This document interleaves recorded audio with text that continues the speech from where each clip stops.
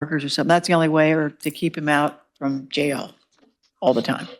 All right. Your Sir, Honor. well, yes? My apologies. The state would be requesting a second evaluation in this case, as we only have one evaluation, and the rule does require under 916.12 that there be two evaluations for the court to make a finding as to competency. If we move forward to. Can I do both anyway? Can I set a hearing and order a vow? So like you've got both possibilities happening?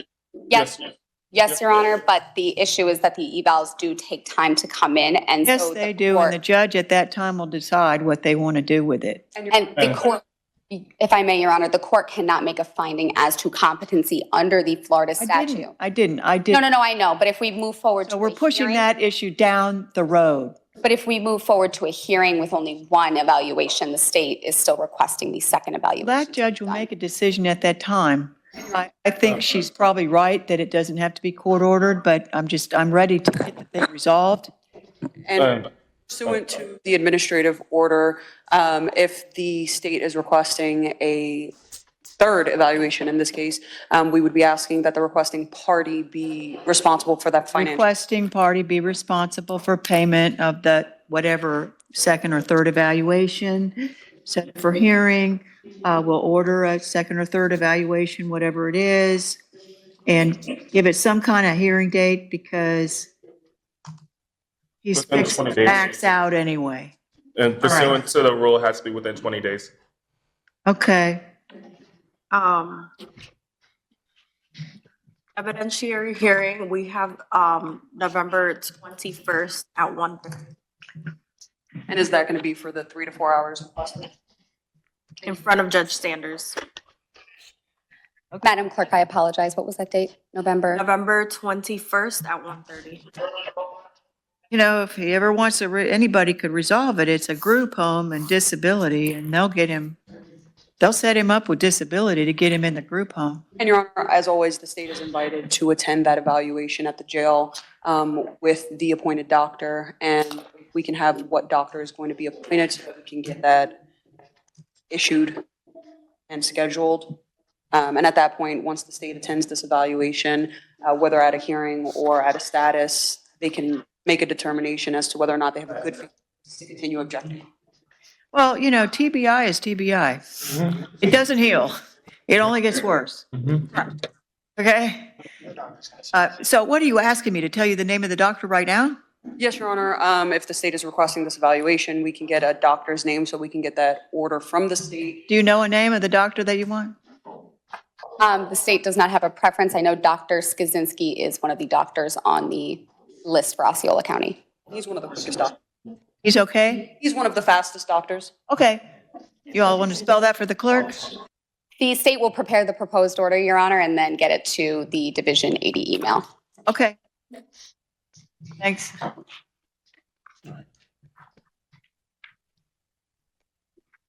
Jacqueline Coutanet?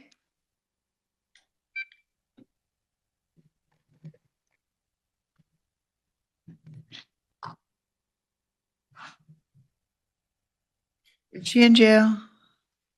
No, Your Honor. Well, she's not present if she is in jail. Or she's got a felony case over in Orange County. I don't know if she's back in on that. And to be honest with you, I don't think I checked in regard to good notice on this. We knew she was living in a motel. And from what I can see, the judges no bond them on these competency issues when they don't show up, right? It depends on the judge, Your Honor. Some people are because of the mental health issues. If they're conditionally released and currently in treatment facilities, some judges will waive their appearance. The attorney has updates for the case. You have what? It's judge by judge. Some, depending on if the attorney has updates and is in communication, they'll. Right. Do you have any updates or communication? This is Miss Rachel Anderson's case, so I don't know if she's present in the courtroom. She's not, Your Honor, but I can step in briefly. With regard to this case, it seems like the defendant was adjudicated incompetent to proceed on July 5th of 2023. At this point, I'd ask for this to have a 2-week reset so that the defense can file a motion to dismiss. It's right at this point. Okay. Okay, case reset for November 7th at 10 a.m. Thank you, Judge. Thank you.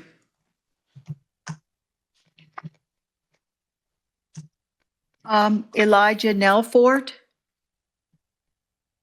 Your Honor, I believe we skipped one, Miss Betsaida Moreno Lopez. You addressed it. Never mind. Thanks. Elijah Nelfort? Anybody? He's being brought forward, Your Honor. What? He's being brought forward. Okay, thank you. Mr. Nelfort had a loitering, prowling, drug equipment. He's been in something like 176 days. And this was transferred down from felony. Did we get a evaluation or we have to wait on that? Like we're waiting on that. I have that he's been evaluated by Dr. Arias. I think we're still awaiting a report on that.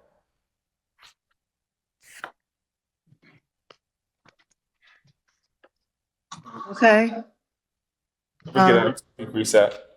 reset. Case reset for November 7th at 10 a.m. Sir, we're waiting the doctor report and we'll get back with you. Hopefully we don't, maybe we'll probably need another report after that and you'll have to stay in jail for that. Or get, I don't know. That's what it looks like here. Maybe, you know, if you have a way for family to help you and, or, you know, be in touch with the treatment providers, maybe you can get a conditional release at some point. Work on that. You're his mom? I'm sorry. Where are you?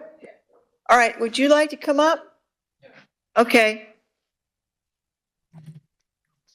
Ma'am, as you can see, we're kind of overwhelmed with cases and we go really fast in a situation which is very sad. The good news is it's not a felony, but you know, I'm stepping in here because your regular judge is out on leave, but is this going to be the first report or the second one? And does he, you know, some of these people get stuck in here just waiting for the doctor reports. There's certain circumstances where they can get a conditional release, and that's where, you know, they got family or they got something where they can be safe. Your Honor, if you allow me just a moment, I'm going through the case file. So you might want to contact the public defender's office. I have tried, All right, you've tried? yes. I apologize. I do see that a report was sent over by Dr. Arias. If you give me just a moment, I can go ahead and print that off for the court and the state, and we can address that matter briefly. Okay.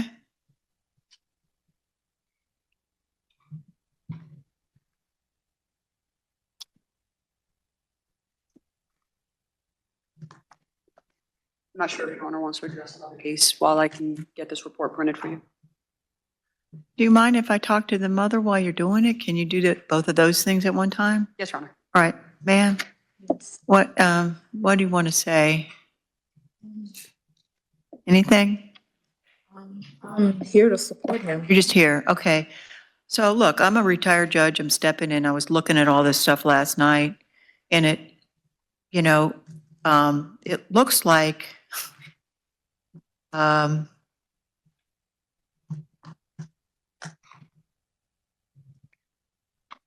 some of these people are getting stuck in jail for a little while waiting for reports, the way things are going. And however, you've not been able to talk to the PD is what you're saying? You've called and you're not getting through? Is that what you're saying? Okay, so sometimes written correspondence is good, right?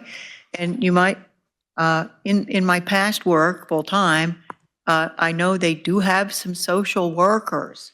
I don't know what he really needs. I mean, he supposedly was trying to get into some businesses, you know, jiggling the door handle after hours, and they picked him up on a burglary, but now they dropped it to loitering and possession of drug paraphernalia, which is smaller. I mean, he's not facing prison time, but he could get stuck in here for a little while waiting for doctor reports. So if you can get a hold of, there's also a Marchman Act through the clerk's office where you're trying to get drug treatment for him, but you're looking for some treatment plan, maybe if you want to take him back home, you know, and if he needs drug treatment or something, maybe he can get a conditional release. If he doesn't stop doing the drugs, he's going to wreck his brain. Because I saw a lot of that last night. I mean, I've been doing this for 44 years, all right? Based on the cursory review of the court-appointed evaluation by Dr. Arias, it does appear that he's opined Mr. Nelford is incompetent to proceed, Oh, he had a head injury when he was a kid. and he was also hit by a truck when he was 16 years old, and again by another vehicle at 17 years old. Oh, this poor kid. Wow. It's in this report.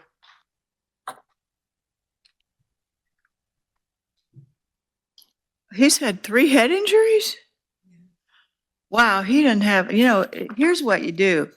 You get him on disability, you get him on Medicaid, and you get him a nice little assisted living place where he can get 3 squares a day and he doesn't have to do this. Right?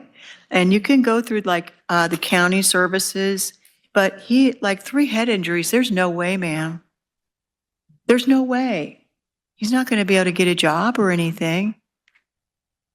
I mean, you could care for him forever, but evidently you can't keep him home. And then he's like trying to break into a business because he's highly influenced by his friends, right?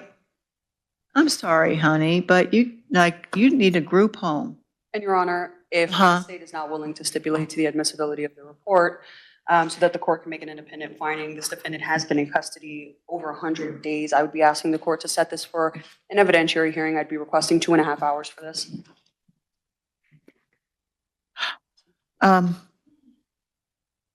Do these judges make decisions or do they just keep them in? Well, if there's no stipulation by the state, we have no other choice but to set an evidentiary hearing. That's not my question. My question is, does a judge keep them in anyway? Pending this, at this point, if Your Honor is willing to entertain an ordinance motion for bond, it does seem that he has family support. I'd go ahead and make that motion. I could even file it and get it heard. Oh, you don't want to answer my question, which means the judge is just going to keep them in anyway. Your Honor, if we can recall this case being that we just received the evaluation, we have had no opportunity to review it. As for the or tennis motions that are being raised, the rules of criminal procedure require all of these motions to be in writing. We're just here for the competency status. We would like an opportunity to review the evaluation that's been handed to us. Bond motion requires 3 hours notice. I can get that filed right now and we can have it heard this afternoon. Okay, if we reset, when is it? I'm asking for an evidentiary hearing.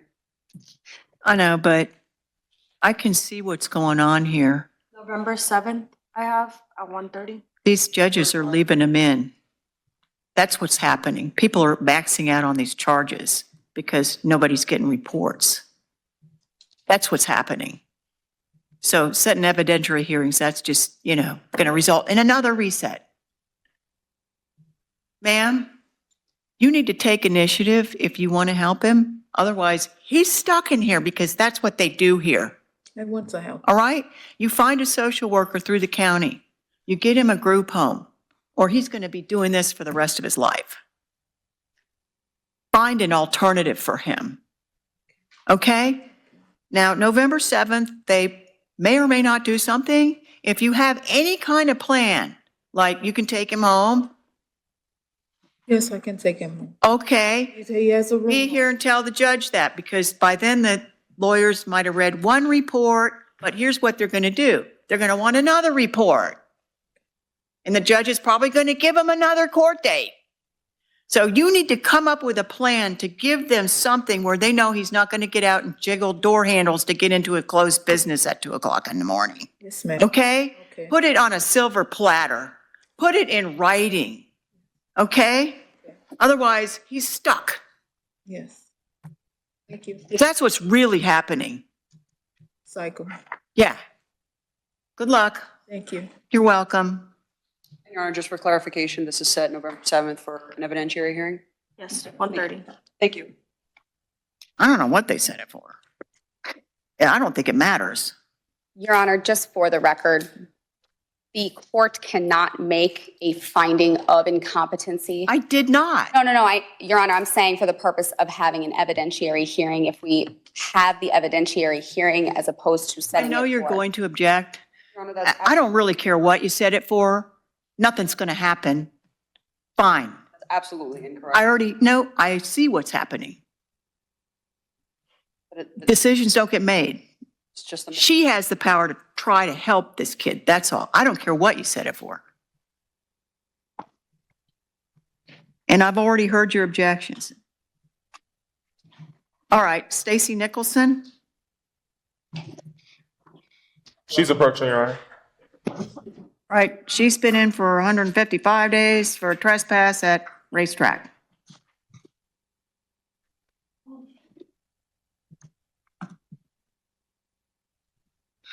Any family members? Any reports? Nothing? Just a moment, Your Honor. Okay.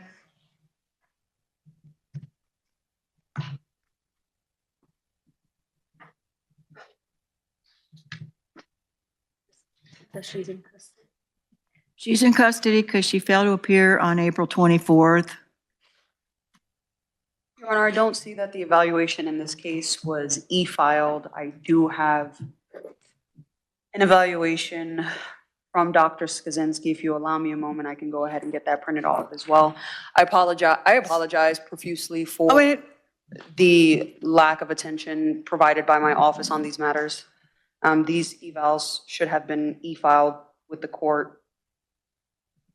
I didn't even know who they were supposed to come from. All I know is there are not many, and I literally looked at this until midnight and realized that these people are basically stuck in the system, Just a moment, Your Honor. all right?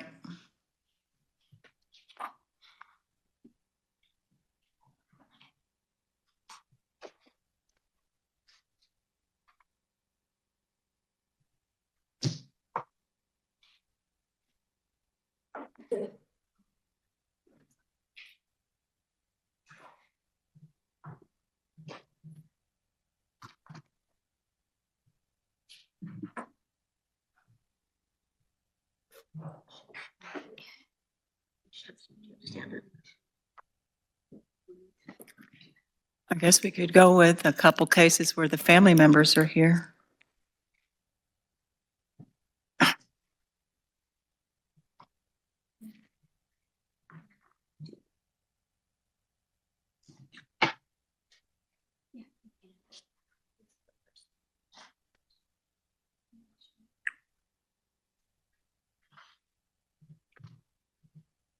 And just for the court's record, she was found incompetent to proceed on September 25th. Of this year? Yes, Your Honor. So we're waiting for a second eval and we don't have it? That she's already been found incompetent. That's Yeah, not- but the state always wants a second one. I mean, I'm just trying to go faster. I know what's going to happen. She look, has to. look, since the state stipulated to that finding, Your Honor, I guess at this point pursuant to Dodd v. State, Pilarsa v. State, 50 CA cases, she would have to be released on conditional release.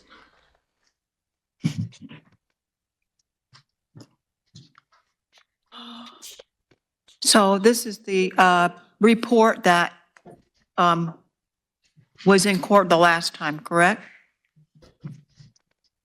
Yes, Your Honor. Dr. Skazinski.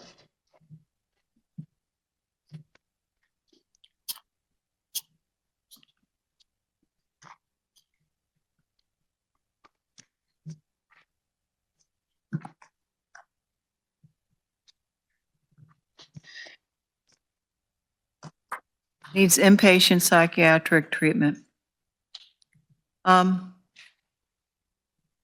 So, state?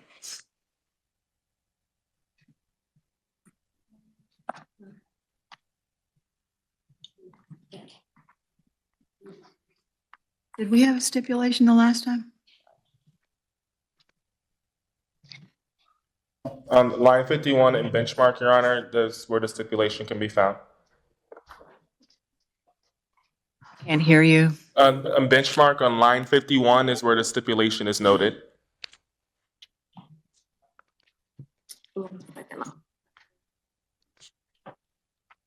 Now, I don't suppose anybody has a plan for her conditional release where she could be safe and get treatment, or, you know, somebody's working on the,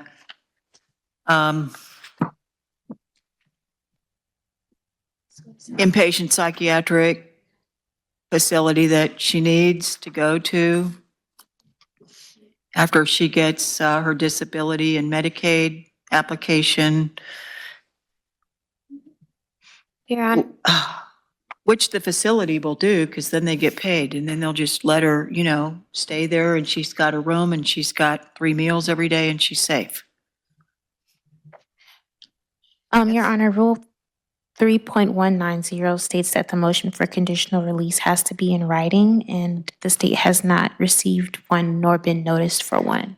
Your Honor, there's no requirement for notice on a conditional release. We're here for competency status. We can hash out those conditions where she's going to reside at this point.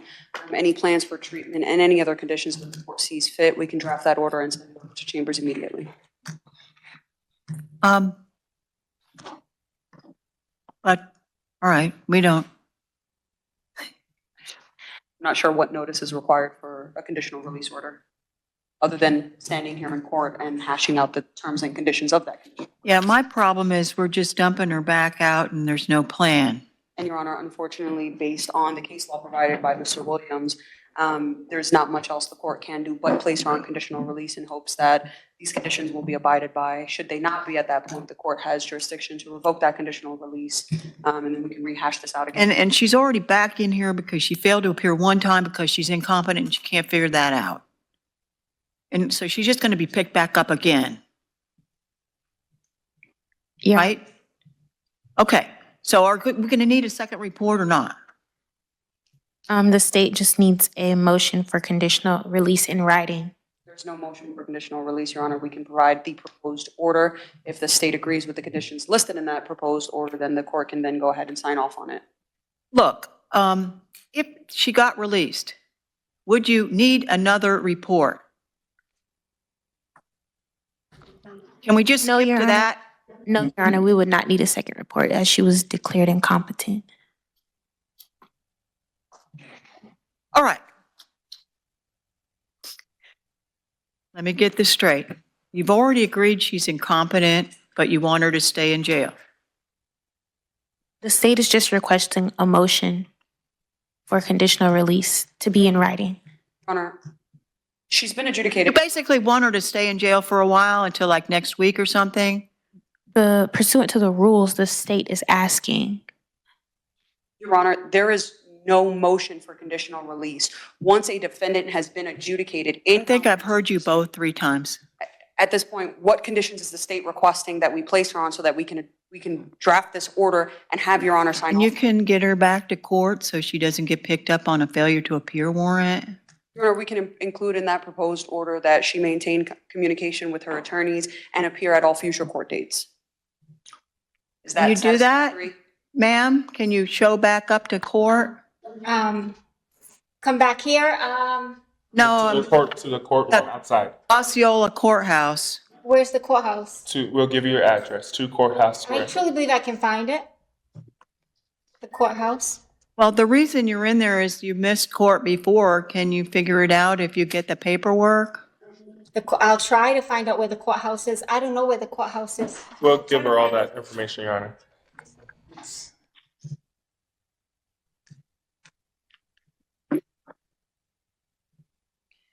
I'm just trying to figure out how to get this resolved as soon as possible, counsel. And if she fails to appear, she's going to get stuck back in the whole thing, and it'll take her another 30 or 60 days to get back to court. Can we just do something so that she's done Your Honor, for I a while and, have a solution. right? The court can waive the appearance of any defendant at a competency status hearing. The only information that needs to be provided to the court is whether or not she's been complying with the conditional release order, and that can be represented by counsel. No, my problem is she's not going to show up if we do conditional release, and I just want to get whatever it is that the state wants set. So she can get it and it's all straight and she doesn't have to come back right away. And Your Honor, generally, once a defendant is adjudicated incompetent, we set these off for approximately 6 months just for a status to ensure that they've been adhering to their conditional release, meaning no new offenses, no rearrests, continuing treatment. Right, I understand all the objections and everything. So you want her released for 6 months and then she's supposed to find her way back. Okay, and the original stipulation was September 25th? Right. Yes, Right, does she have much criminal history that I have to worry about?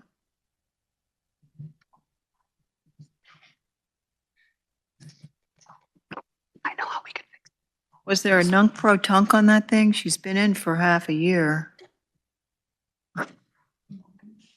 Was it nunc pro tunc to something? Your Honor, if the court is making the adjudication at this point and we're. No, The adjudication was September. no, it was not no proton, no, not proton, Your Honor. It was just also, wondering what her exposure is when she gets picked up again on a failure to appear. It would be that date, 9/25. 9/25. All right. You have much criminal history that I have to worry about besides No, Your Honor. showing up at racetrack? No, Your Honor. No, all right, look, I'm gonna grant the conditional release and good luck finding her. Ms. Nicholson, the Osceola County Courthouse is in Kissimmee. If you ever want to look up when your court date is, come to the clerk's office or call the public defender's office. If you fail to appear again, you'll be stuck again in jail on a case that you don't even remember. And try to stay out of trouble. And there are going to be requirements on this proposed order that you keep in touch with your attorney. I mean, if you have access to a computer, you look up your case by your name in the clerk of court database. If you don't have access to the computer, God help you, but try to get through to the public defender's office. Or come to the clerk's office and try to find out what your court dates are. So you don't get stuck. Just come to court when you're supposed to come to court. If you, The court is near here? no. Do you know where Kissimmee is? I'm in Kissimmee. Right. Do you know where the red brick courthouse is downtown? Downtown Kissimmee, I know where downtown Kissimmee is. I'll ask around, I'll figure it out. All right. I'll ask Just, around. try to, like, they will give you paperwork, try not to lose it and try to get to court. Good luck. Next court date forthcoming. Do we want to call some people that, do we have counsel? Do we have a couple people here that have relatives that want to get heard, their case? Because we got a few.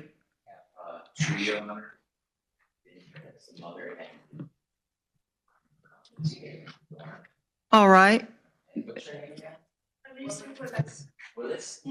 I'm ready to address Ms. Willis's case, Your Honor. Thank you. And Your Honor, is it okay if I have Ms. Willis seated? Okay. Alicia Willis, 2002 3MM 3128.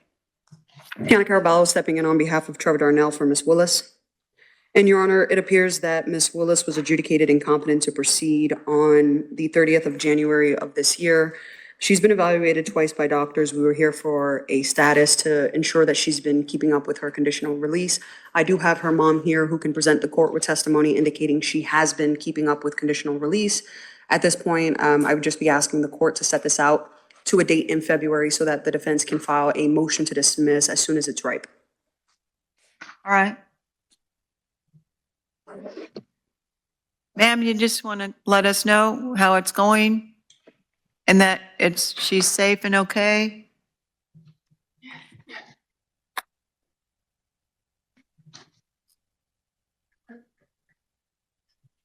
swear to tell the truth, the whole truth, and nothing but the truth? Yes, ma'am, I do. Okay, Can I just talk or? yeah, And Your Honor, I'll just ask her to state her name and spell it for the record. Yes, my name is Joyce Palmer, Joycepalmer. right, And I just want to say, Elisa's been doing good.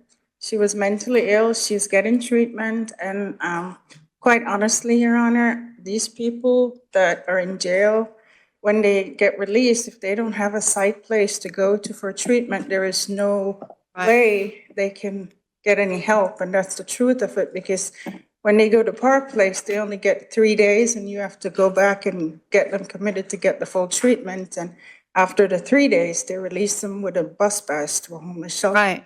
That's the truth of Yeah, it. I've been looking at it for about 44 years since I've been sworn into Awful. practice law. But we'll put them in jail, I know it. but we won't get a different facility. We used to have institutions and they were bad, so we Yes. closed those, It is but we never awful. did anything else. We just put them in jail now. And the truth is, Your Honor, because I've been through it the last 6 months, when you have to go to a group home, you have to have income. If you don't have Social Security, which Right. takes 9 months to get through, there's no place for you to go. They give It you a does. It bus takes a pass. while to get it. Yes, and The it's group the home same. might help because they get paid. You have to have, for them to help you, you have to have SSI for them to help you. Right. I've been through it, it's Right. awful. So Right. the regular mentally ill people that they release, they don't stand a chance Right. of coming back to court. Well, some of the group homes So will it's help you get awful. SSI so you can, they can get paid for that. But otherwise, you're right, this is it. Yes, And it she's takes lucky. 6 months and you can't go there, because I've been through it with her. All right. It's hopeless, and that's the truth. Well, God bless you for helping her because otherwise she'd be in this situation. That is so true, Your Honor. Yeah. That is so true, and my heart goes out to these people because they don't really have, they need a social worker to help them, and there's no one to help them, and that's the truth. Right? We got plenty of jails, but we don't have that.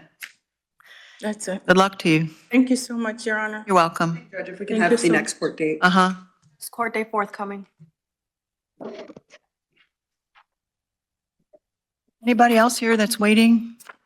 Yes?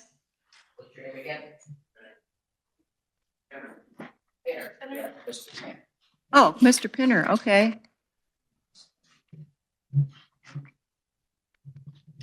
Case number 23MM2498 and 557. Christina Smith, stepping in for Trevor Dormill on behalf of Mr. Pinner. Is that on the felony case that you guys have? There is a felony case. It is set for a APD eval with Dr. Regan on October 30th. It looks like there was an eval done previously in May by Dr. Arias. An adjudication of incompetence was not done at that time, though. I don't know why exactly we're waiting on an APD evaluation for Mr. Pinner for the county court cases, because APD isn't an option in county courts. It's Right. only available on the circuit. I'd be asking for the court to make a finding of incompetence to the county court cases, not proton back to the last eval. Right, the state's going to object and so we just have to keep coming back. Hunter, quite realistically, there's no reason why we should have these super old county court cases when we've already had an eval that, pretty definitively says that this person is this. And it's, we're just holding on to county court cases in perpetuity. Right. But that's what they're doing here and I'm just a substitute judge, so I'm not going to do anything more than whine. I understand that, and I know that our administrative judge, Judge Karsten, has recently, put out guidance that there should not be more than one evaluation for county court cases, and they need to start making these adjudications and going forward with things. All right, well, so you're asking for a determination and the state's going to say no for now, but there's an evaluation coming up on the 30th and it looks like he's okay at the moment. It's intellectual disability, Your Honor. Okay. Yes, Your Honor. Again, it is. He's got a place to live, I mean, Yes, Your Honor. It's a APD evaluation with Dr. Pagan, so I imagine we'll get that evaluation May of next year or so. May? And Dr. Pagan's running 4 to 6 Just months. keep calling him back over and over. on No reports. problem.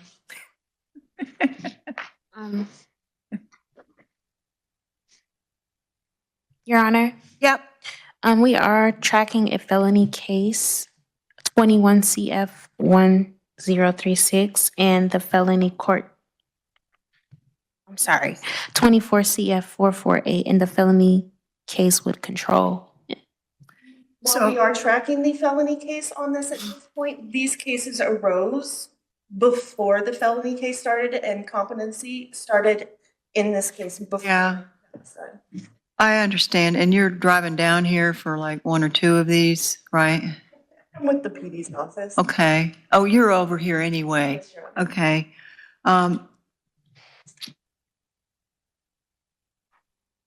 I can see what they're doing. If it were my docket, I'd be doing something a little different, but I'm just gonna go along with what they do here and let them look at all the reports and do whatever they're gonna do, for now, because I just don't see a resolution, on a short-term basis with a substitute judge. Yes, sir. So the state's going to insist on another date, and the evaluation's the 30th, so it takes the doctor till May? He runs about 4 to 6 months for report returns. That's amazing. The Judge Karsten doesn't like us spending court money, but APD will spend money for him to do evaluation. I mean, you guys will be back on this like a million times before that report comes back. But I'm going to And we let still Judge won't- Dorn and we still- decide if she wants to wait that long, I guess. And we still won't have a finding in this case, which should have been done months ago. This is what they do here. Honestly, Your Honor, it is a waste of judicial time and money and work. Okay. Well, we got to get this staff out of here. I understand what you're saying. What's the next court date that the state wants? Well, the felony case is on the 21st of next month, so we would need I guess we could have a finding after that, or a hearing after that. Reset. Right, she says you're not going to get a report till May. All right. And it's to be set because we're running short on slots. One moment.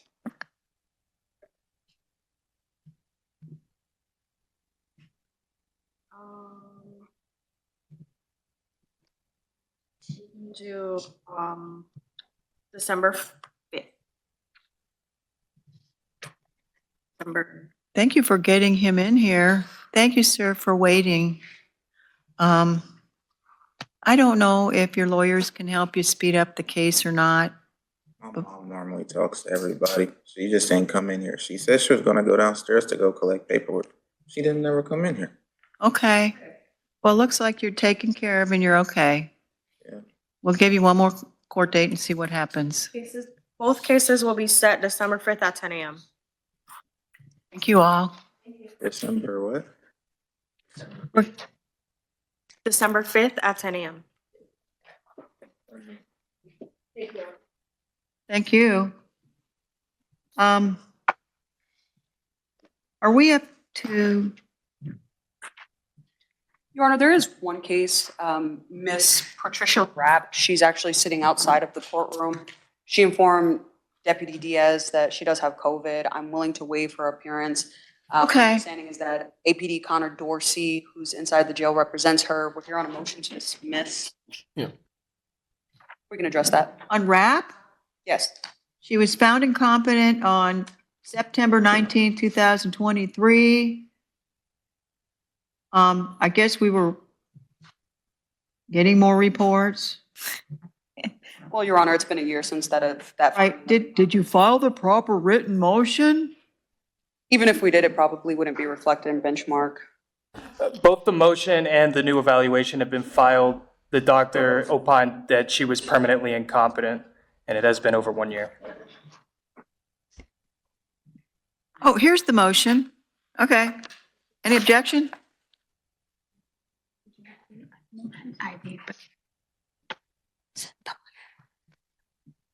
No objection, Your Honor. Thank you.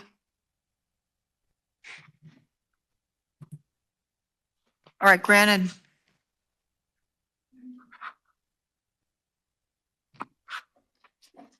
Are we back to Perez Colon? Is that where we're at? Or did we already do that? No, we haven't. So that's the next one, right? Yes. Okay. That one's been a year also. Yes, Your Honor, I did file a motion to dismiss, for defense. I did file a motion to dismiss and sent that to Chambers with a proposed order, Your Honor.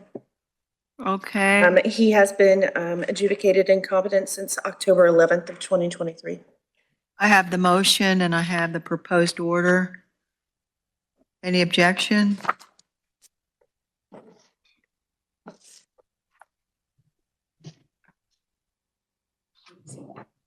One moment, Your Honor. The motion was sent to the assigned ASA within the state's case management system. I've got a copy if you want to see it. Yes, Your Honor. Want to see it? Yes, please. Okay.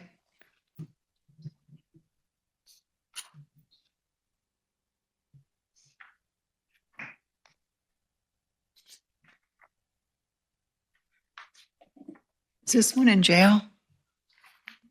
No, No. not. Okay. That might.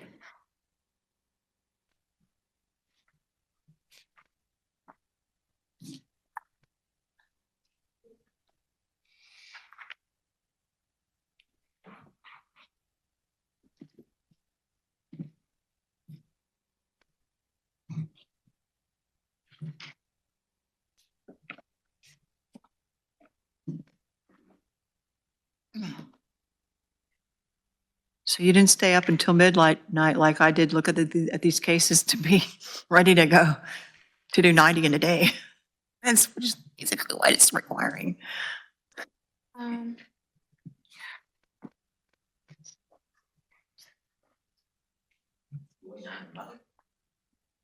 Your Honor, the state finds that the motion is legally sufficient.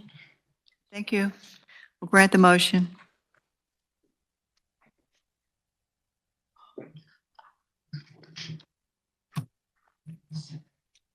Okay.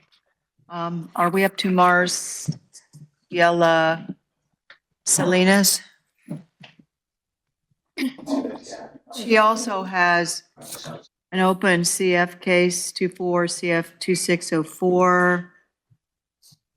She got rearrested on this because I think of a failure to appear for a competency hearing and was set for no bond.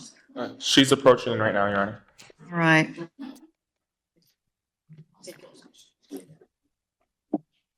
Is she in on the felony also? She is, Your Honor, here's the felony, it's the new, It's been what? felony, it was a new arrest. New arrest. Okay. So she's stuck anyway. Did we get any reports? We have to do a report, then we have to do another report. So, Your Honor, the history on this case is a little bit finicky. It appears that Dr. Skaczynski was appointed. It took my office quite some time to get an eval date. Ms. Salinas missed that eval and was then subsequently arrested. At this point, we don't have an evaluation to provide to the court. Okay. We would just be asking to reset this out a month. She is in custody, and I've already put in a request to get that eval done as soon as immediately possible. Okay. For a month. And since it is court appointed, we would invite the state to join us for that competency evaluation. Okay. What, to be there or to That's correct, Judge. join in the The motion? state is more than welcome to sit in during the Okay. evaluation since it is court ordered. All right. Case set for November 21st at 10 a.m.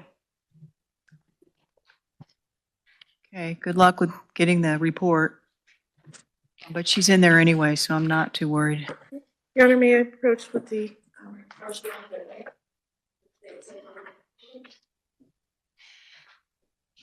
Okay. Thanks.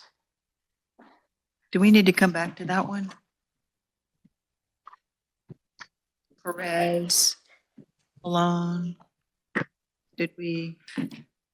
Oh, that The state said it's insufficient. insufficient? I thought they said it was Sufficient. sufficient. Insufficient. She said Okay, legally sufficient. all right. We're done with that one then. Okay. St. Hubert, Carl. Okay. One more? What do you mean One one? more 10 a.m. 10 a.m. Actually, no, two more 10 I a.m. thought we were, okay. So Saint Hubert? Yeah, we're getting close. And that's another one of those motion to dismiss is because of the 1-year declaration. Does the state have a copy? Your Honor, Yes, Your Honor. Okay. that's all I have, Your Honor. May be dismissed. Yes, thank you so much. Right. Oh, ma'am, your case, Ms. Salinas, your case has been reset to the November 21st, and the doctor will come see you. Answer the questions when the doctor comes because your case will get done a lot faster, okay? Mhm. All right, good luck to you. Thank you. You're welcome.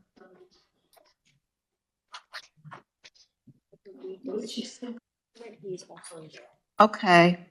St. Hubert? What does it mean? Carl? St. You give it to me. Wait one sec, yeah. This is Connor Dorsey on behalf of Mr. St. Hubert. Yes, Your Honor, there was a motion to dismiss that has been filed for over 1 year. Your Honor, Judge Dorn adjudicated Mr. St. Hubert incompetent on nunc pro tunc to October 12, 2023. Today is that 1-year mark. The state is not aware of any other evaluations finding him competent. Thus, defense's motion is legally sufficient. All right, we'll grant the motion to dismiss due to incompetency without prejudice in case suddenly gets competent and the state refiles or something. Okay, is he in on this charge? He's got, he'll be released as to this charge. All right, the last one, Ms. Weiser? Christian Williams on behalf of Ms. Weiser, Your Honor, she's approaching now. She was evaluated by Dr. Arias. I received the report and I filed it and sent it to Chambers. Dr. Arias opined that she is incompetent to proceed due to severe and debilitating psychiatric disturbance. Defense is ready to stipulate to the evaluation being offered into evidence for Your Honor to make an independent determination.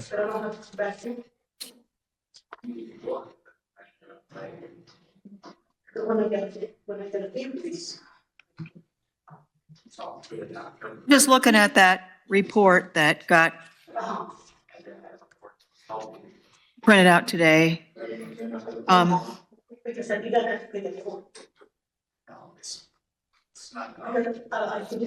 right. So this one doctor says that she's not competent and she's been in for 269 days, I guess. Does it take that long to get reports? It has, Your Honor. Oh my gosh. So, need to wait 365 for the second report? Your Honor, after reviewing the evaluation provided by Dr. Arias under Florida Statute 916.12, the state would be requesting a second evaluation. The And- state would not have a preference as to a doctor. And I would just like the state to put the good faith basis for the second eval on the record. What, a good faith basis for what? Request for a second evaluation. You're objecting to it or what? Well, I am objecting to it, but I want the state to place on the record the reason they believe a second eval is necessary. Well, as far as I can tell, they do it every time. Right, Your Honor, but that wouldn't be in good faith. It shouldn't be a routine just to request a second eval for the sake of a second eval. If the state has reason to believe that she is competent and another doctor could find that opinion, that would be a good faith basis. Right, and then the judge would non-pro-tunc it back to now anyway, right? That's correct, but Ms. Weiser would have to sit the Right. time in jail pending. Right, all that okay, happening. so if I were, okay. But she'd get out if I found her incompetent now. She will be able to be released today, Your Honor, if she was found incompetent today. Is that what Judge Dorn does? No, she leaves them in there, right?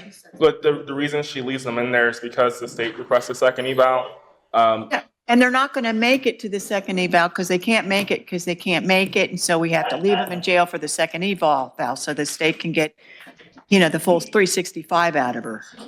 They'll probably be closer to 400 at this point, Your Honor. Right, well, that's what your judge does, and I'm just gonna do what she does. Okay, then I will request a competency evidentiary hearing.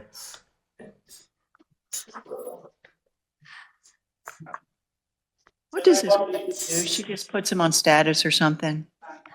All right, I'm just gonna set it for whatever she sets it for. She can figure that out. We'll set it for, November 7th competency status and the evidentiary, forthcoming. All right, I'll let her decide what she wants, how many of these people she wants to keep in for a full year. Your Honor, with defense counsel present, does defense have a preference as to a doctor as for the second evaluation, for the state to prepare that You order? already said no. We can do Dr. Skazinski. But pursuant to the admin order, we're requesting that the state pay for the eval, not the court, No problem. and that the state be in charge of scheduling the eval as well, Your Honor, pursuant to the admin order. They don't have any motivation. They'll leave her in there for 400 days. Since we'll have the evidentiary here by that point, the eval isn't done, it isn't done. I don't care, whatever you do, it's the same. All right, are we done for the morning?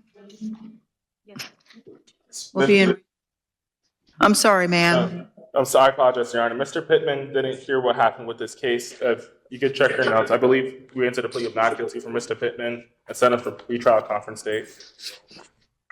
Are you telling me something that we need to do for the record, or are you just confirming something? I'm just confirming, he said he didn't hear his name called, but I have here that it was Mr. Herbert Pittman. Yeah, you got several guys in there. Who needs to be called up? Mr. Pittman's come forward. I think we finished everybody. Could you spell that? I cannot hear you. The last name is spelled With it. Pitman. Like T for Tom? That's correct, Your Honor. Your Honor, it was set for PD pretrial December 18th.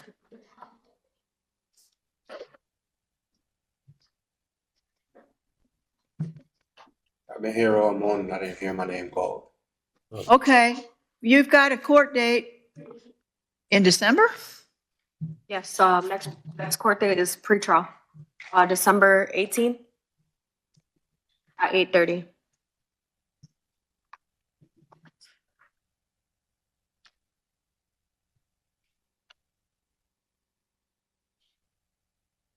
Was this Pittman or? Yes. Pittman, oh my, Mr. Pittman, yeah, you got a court date. It's a misdemeanor now, it's not a felony. So that's good, but it's they could give you up to 1 year on this. So, with your background, you're gonna spend a little more time in jail. Your court date's December, I don't know what your sentence would be then, but you'll find out when you come back. You basically have some criminal history, so you're going to have to probably spend a little more time in jail. Good luck to you, sir. Who else needs to hear what happened because they didn't hear it the first time? That's it, Your Honor. Can anybody hear which name he's talking about? Yeah, no, I said that's it, but we. Okay, thank you. No problem. All right. We'll be in recess for lunch, coming back, I think, at 1:30. Thank you all. Thank you, Your Honor. This court will be in recess till 1:30. If you could please ask Ms. Alvarado if she can hear you. Sí, buenas tardes, señor Alvarado. ¿Me puede escuchar? Sí. Yes, Your Honor. Thank you. Good afternoon, ma'am. Please tell me your name. Buenas tardes, señora. Por favor, dígame su nombre. Evelyn Juliet Alvarado Soto. Evelyn Juliet Alvarado Soto. Ms. Alvarado, you were arrested for domestic violence, aggravated assault with a deadly weapon, Señora Alvarado, usted fue detenida por violencia doméstica, agresión física con agravantes con un arma mortífera and domestic violence, aggravated battery with a deadly weapon.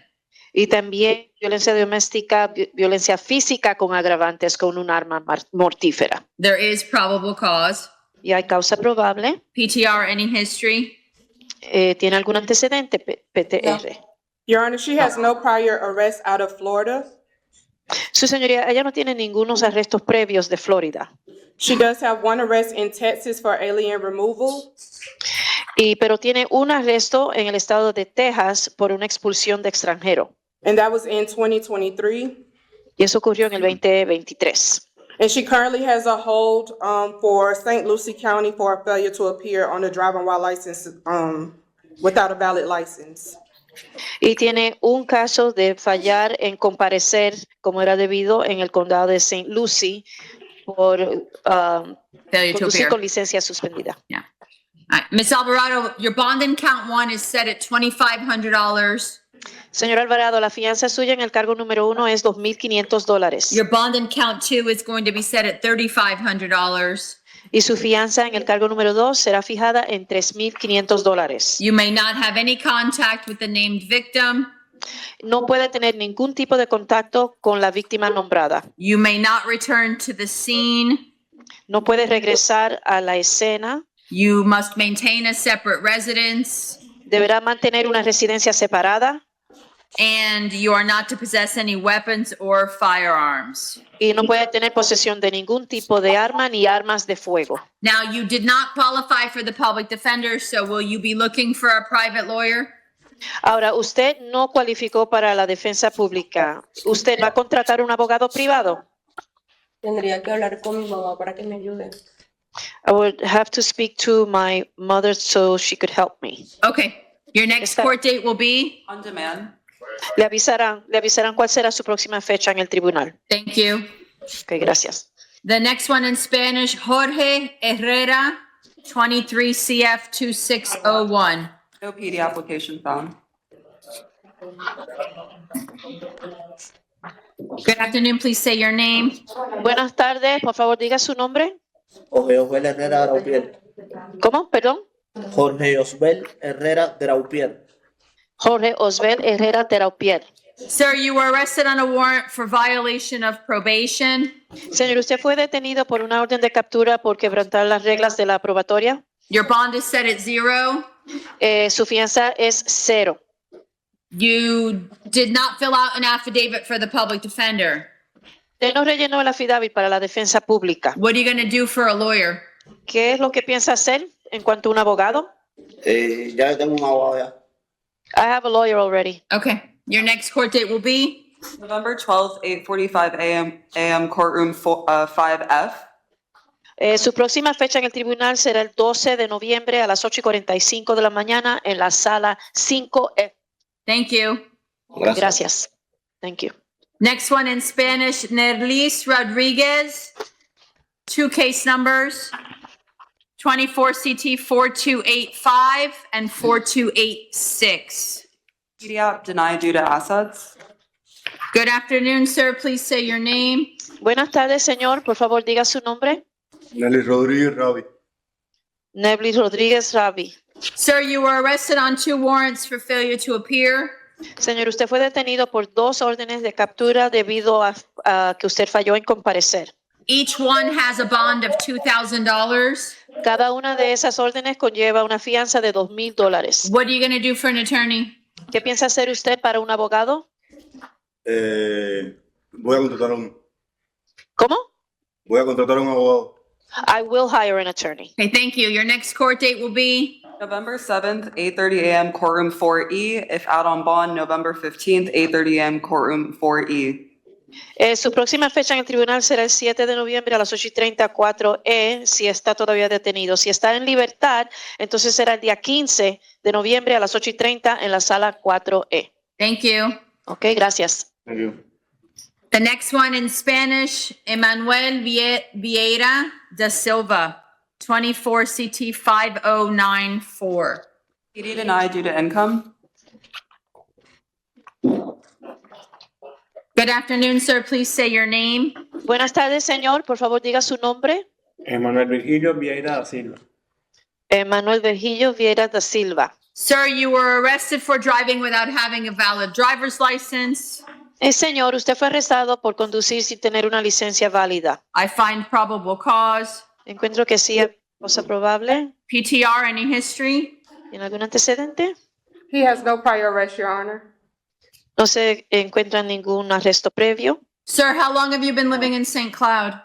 Mire, señor, ¿cuánto tiempo lleva viviendo en St. Cloud? En San Cloud tengo un año y 10 meses. Pero en San Cloud, pero ahorita tengo 3 meses viviendo donde estoy ahorita. Tengo 3 meses.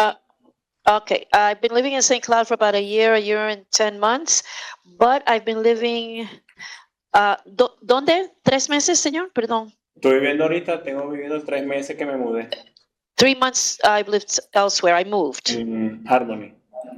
Harmony? And Harmony? Harmony. Sí, Harmony. Yes. Harmony. Yes, Okay. Harmony. I asked about St. Cloud because that's the address they listed for you on the booking report. Sí, es que le hemos preguntado por St. Cloud porque eso es lo que conlleva la ficha, la hoja de la ficha Do you suya. have family here? ¿Tiene familia aquí, señor? No, tengo unos conocidos, casi familia. Vivo con ellos. No, I just have some acquaintances that are like family. I live with them. Okay. You don't qualify for pretrial release, No cualifica, señor, para la libertad previa a juicio. but I will set your bond at $250 and don't drive without a valid license. Pero le voy a poner su fianza en $250. Por favor, no maneje, no conduzca sin licencia válida. Ok. Thank you. Pago la Ok, gracias. What? Wait, I no, will señor, ¿qué? pay the bond. Pay the Pago la bond. fianza y salgo. If I pay the bond, I get out. Yes, sir, you can. Sí, lo puede hacer. Sí. You also did not qualify for the public defender, so what are you going to do for a lawyer? Señor, usted no cualificó para abogado de la defensa pública, así que para un abogado, ¿qué usted piensa hacer? Llamaré a mi un amigo conocido para ver qué me dice. I will call my friends to see what we can do. Okay, and your next court dates are going to be? November 7th, 8:30 a.m. courtroom 4E. If out on bond, December 6th, 8:30 a.m. courtroom 4E.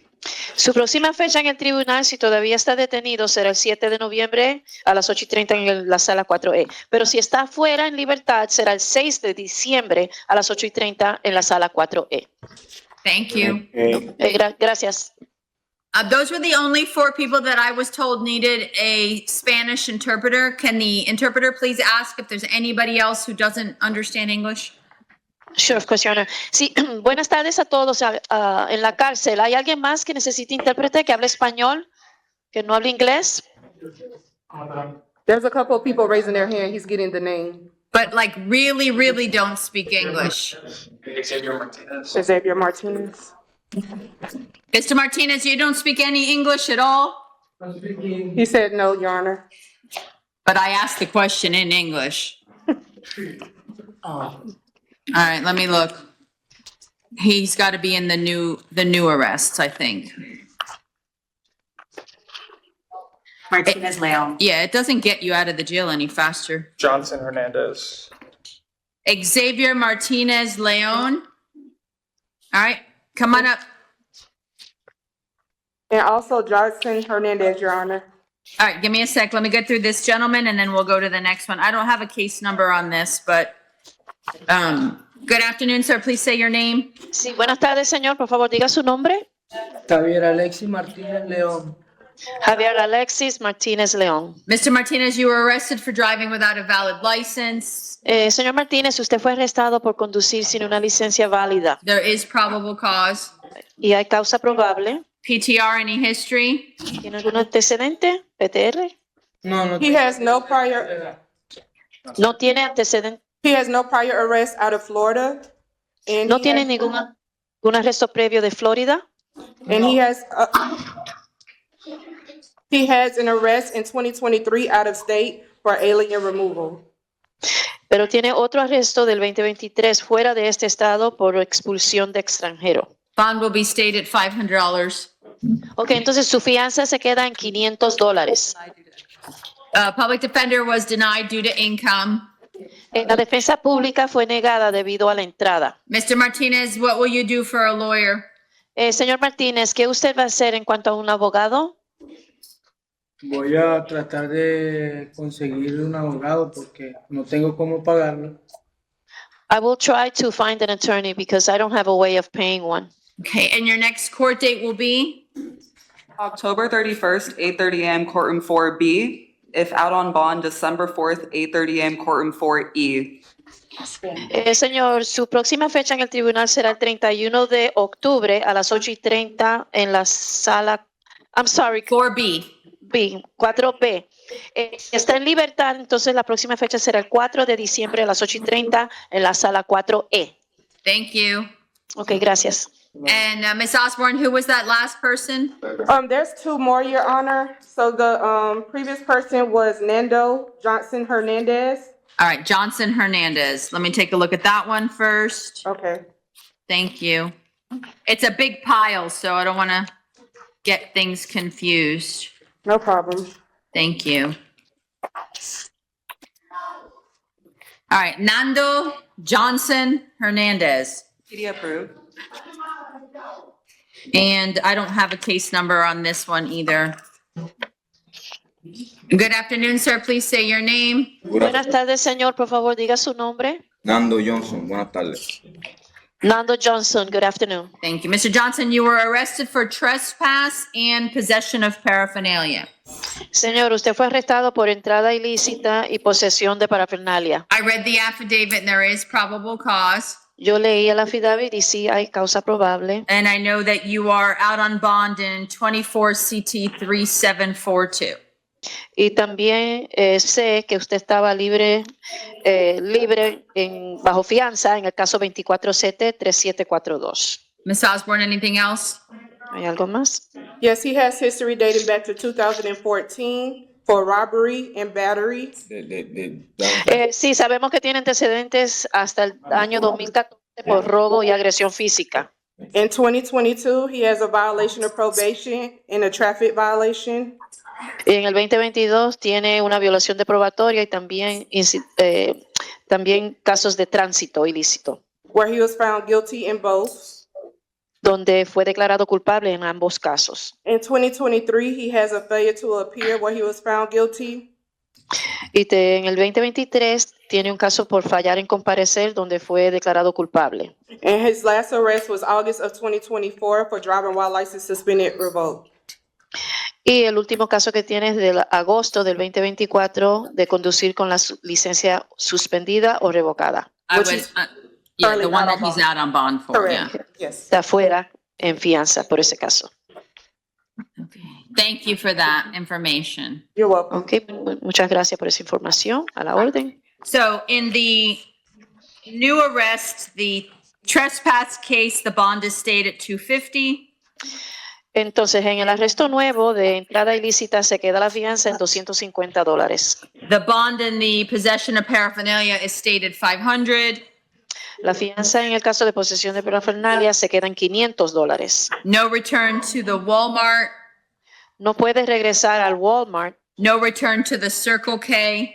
No puedes regresar al Circle K. No contact with the named victim. Y no puede tener ningún tipo de contacto con la víctima nombrada. And I'm revoking your bond in 24 CT 3742, setting it 0.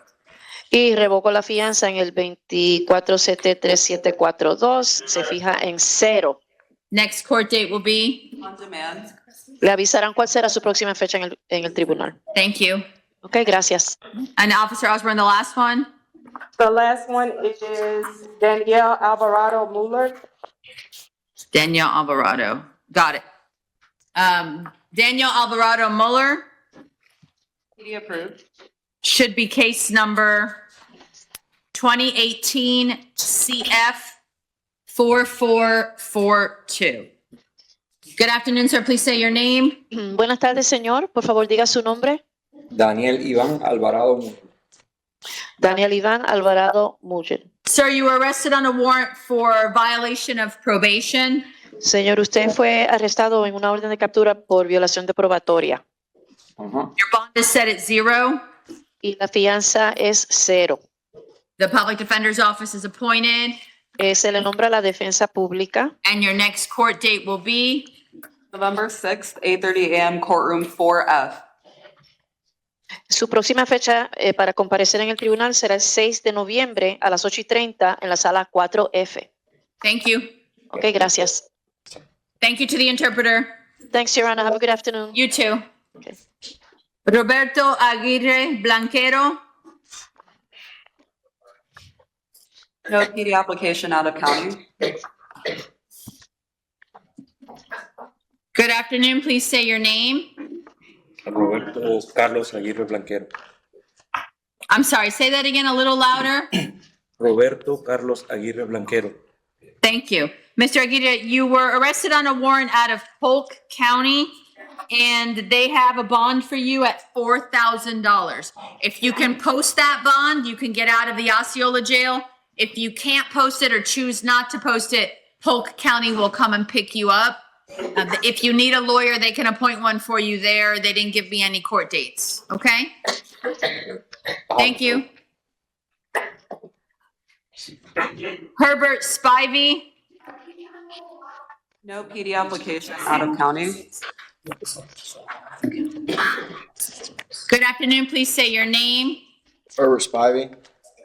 Thank you. Mr. Spivey, you were arrested on a warrant out of Brevard County. That warrant had a 0 bond. We're going to let Brevard know that you're in our jail and they'll come pick you up. If you need a lawyer, they can appoint one for you over there, okay? Okay. Thank you. Samuel Ball. PD approved.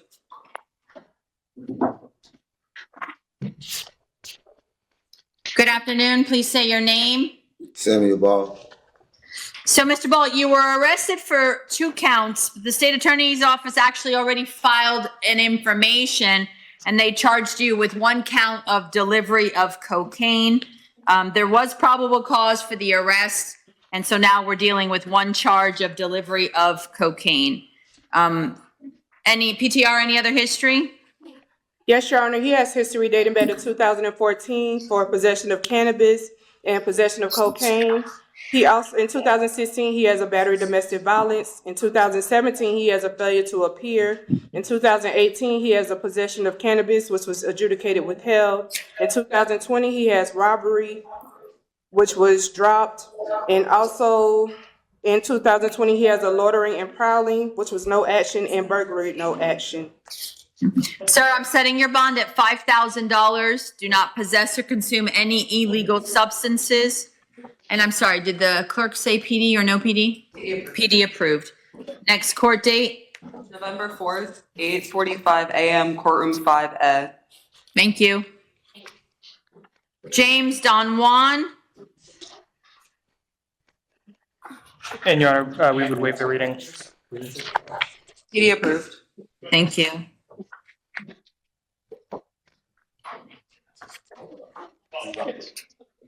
And Your Honor, I just wanted to confirm you heard what I said. I did, yeah, I was waiting for him to come to the microphone. I saw you talk to him for a second, so I was giving him a chance to get to the microphone. Yes, Your Honor, thank you. You're welcome. Good afternoon, sir. Please say your name. James Don Juan. Mr. Don Juan, I'm going to ask you a yes or a no question. The only response you should give me is either the yes or the no, okay? Okay.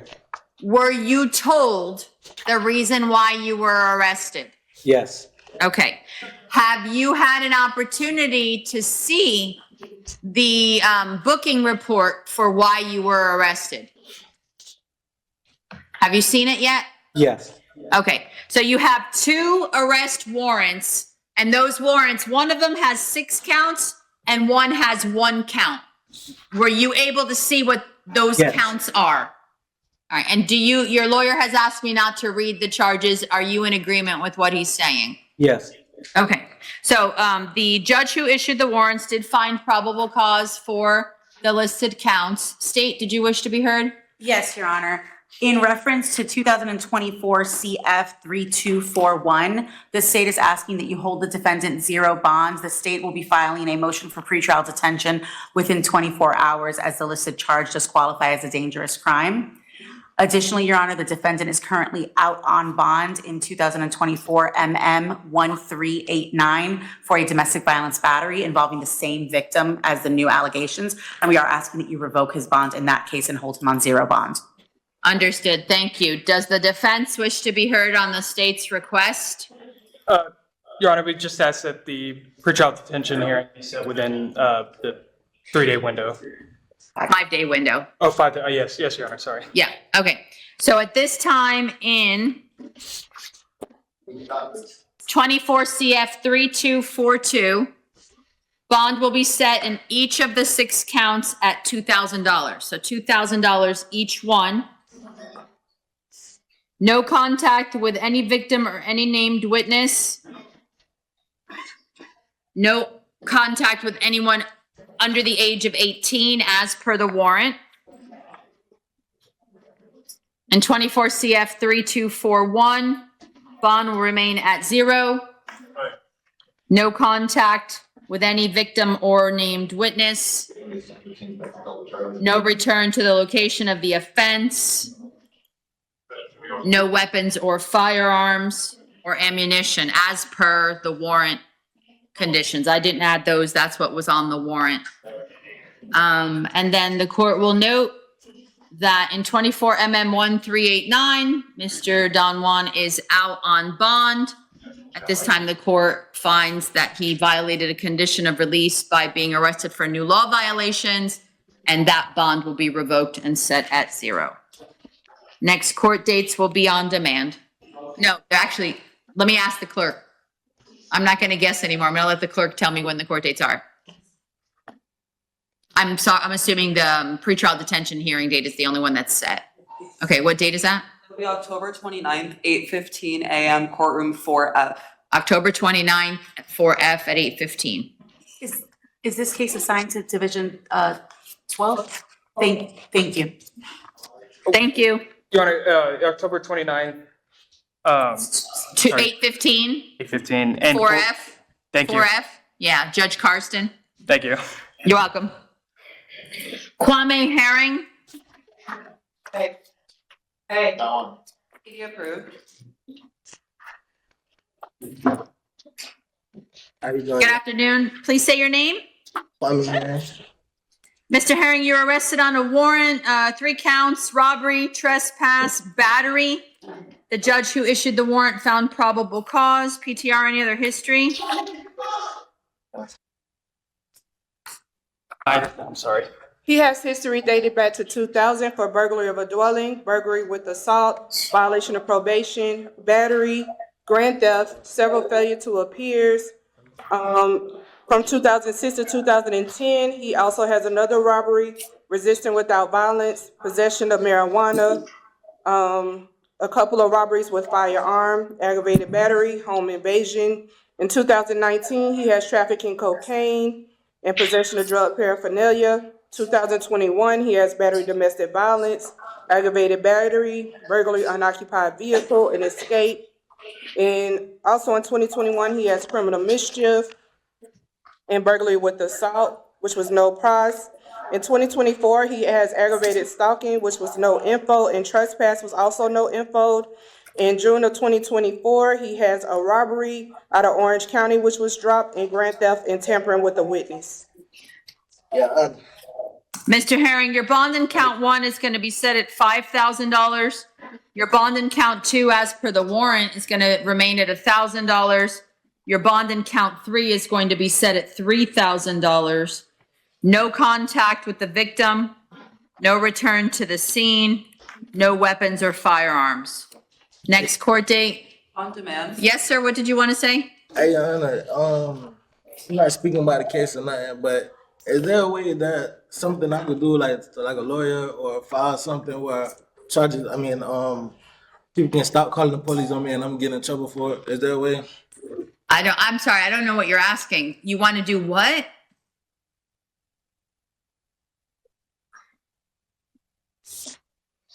I thought I heard like to get somebody to stop calling the police on you. Did I hear that right? So just that, you know, I can't hear you. The public defender muted the microphone, so there's no audio right now. Just so that, you know, I'm not ignoring you. I can't hear you. I apologize. No, that's okay. So what, did I hear, you dealt with it? Yes, Your Honor, he's good. All right, that's fine. If you've answered his question and he has his answer, then that's fine. You're good. Thank you. Dorothy Rodriguez.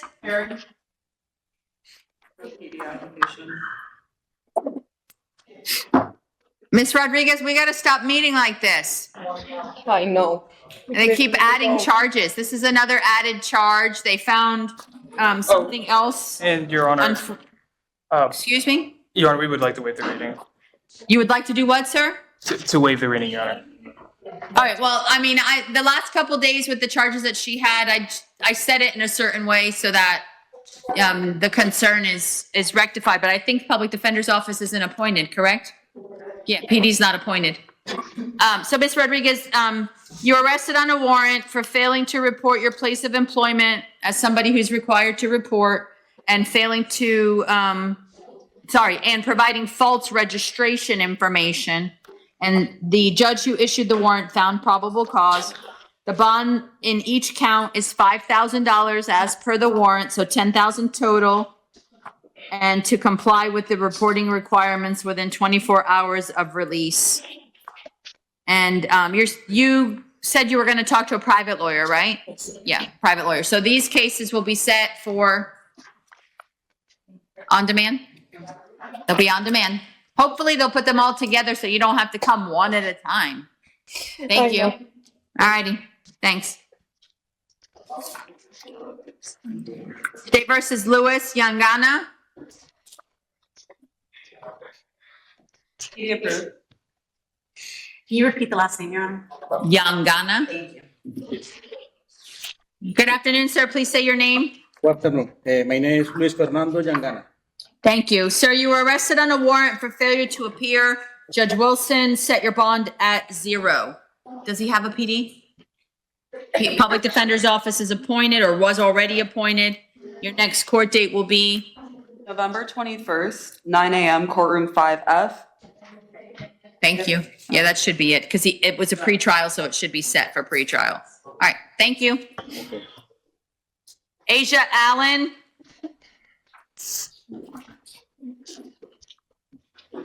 PD approved. Good afternoon. Please say your name. Asia Allen. Miss Allen, you were arrested for violation of an injunction. I read the affidavit. There is probable cause. I know you're also out on bond in 24 MM 2602. PTR, any other history? She has a previous arrest back in 2023 for battery domestic violence, which was no info, and just the current bond that she's out on with the battery domestic violence, Your Honor. The new arrest, the violation of injunction, bond is set at $1,000. No contact with the victim, no return. And the court is revoking bond in 24 MM 2602 and setting it 0. Your Honor, Next court, yes, sir? would you consider not touching the bond due to seems like some confusion with the one-time return with law enforcement? I would not. Based on what I read in the affidavit, it indicates a whole lot more going on before law enforcement was ever even called. Again, just for purposes of the probable cause determination. Next court date. On demand. Thank you. Gregory Anderson. PD approved. Good afternoon. Please say your name. I'm sorry, say again? Gregory Anderson. Thank you. Mr. Anderson, you were arrested for battery. I read the affidavit and there is probable cause. PTR? He has no Florida history. He does have history out of Indiana, dating back to 2008 for battery, escape, possession of cocaine, intimidation, trespass. Also in 2014 to 16, he has disorderly conduct, driving while license suspended, burglary with a deadly weapon, and while license suspended. Sir, I show you as having an Indianapolis address. Is that correct? Yes. Yes, I read the affidavit twice because two people in this group got arrested and, so it looks like a family vacation that went really wrong. Didn't turn out as nice as a family vacation should turn out. But in any event, Mr. Anderson, your bond is set at $2,000. No contact with the listed victim, which I believe is your girlfriend's sister. Yes. And no return to the B&B. You do have a public defender, and the next court date is going to be? On demand. That means they'll let you know. You can go back to Indiana if you want to after you post your bond, but you got to make sure that you make it back for your court dates, or that you keep in touch with your lawyer, and your lawyer will be able to tell you if your appearance is waived or not. State? Your Honor, given the nature of the offense, the state would also ask for no firearms or weapons as a condition of release. That's fine. I'll add, do not possess any weapons or firearms as a condition of release. Thank you, sir. Antoine Brown? PD approved.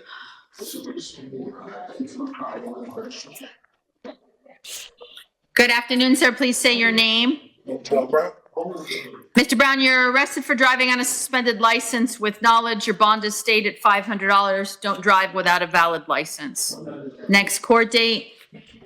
October 31st, 8:30 a.m. courtroom 4B. If out on bond, December 6th, 8:30 a.m. courtroom 4B. Thank you. Maureen Carlock? PD approved. No, just have a seat. Good afternoon. Please say your name. Maureen Carlo. Thank you. Ma'am, you are arrested for battery domestic on a person 65 years or older. There is probable cause. Does she qualify for the PD? I'm sorry. PD, okay. And PTR, any history? She has no prior arrest, Your Honor. All right. Based on what I read in this affidavit, Ms. Carlock, your bond is being set at $5,000. No contact with the victim, no return to the residence. You could go back one time with an assist order to retrieve some personal items, and I'm going to order you not to possess any weapons or firearms. State? Your Honor, the victim in this case is present. She doesn't wish to address the court, and she was in agreement with the no contact and the no return. She did want me to advise the court that she does have some concerns regarding the defendant's mental health. Understood. Thank you. At this point, at this part of the process, I can't order anything, but the public defender can ask for the court to intervene, and then perhaps if that is necessary, then that can happen later. Thank you, Judge. That was that grandma's. Okay, thank you. Next court date? On demand. Thank you. Linnea Felix? PD approved. Oh, man, you're good. No paper. Good afternoon. Please say your name. Lanaya Felix. Oh, sorry, Lanaya Felix. Ms. Felix, you were arrested for domestic violence battery. I read the affidavit and there is probable cause. PTR, any history? She has no prior arrest, Your Honor. Ms. Felix, you're from Arizona? Yes, I just moved there. So you're living here now, though? No, I just came to drop my kids off to their father. Oh, okay. So your home is in Arizona? Yes, I leave, supposed to leave tomorrow. I understand. Yes. All right. So based on what I read in the affidavit, I'm setting bond at $2,000. You don't qualify for PTR. I'm going to order no contact with the named victim, no return, and no weapons or firearms. State, did you wish to be heard? Yes, Your Honor, the victim in this case is present and wanted to address the court regarding the contact. Okay. If the person is here and would like to come up, he'll need to bring ID with him.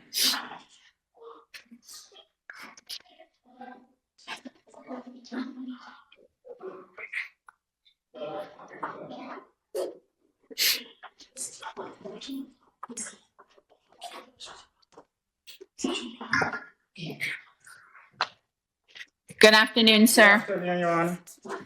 Can you please raise your right hand? Do you swear to tell the truth, so help you God? Yes, Your Honor. Thank you. Please lower your hand and tell me your name. Delroy Gordon.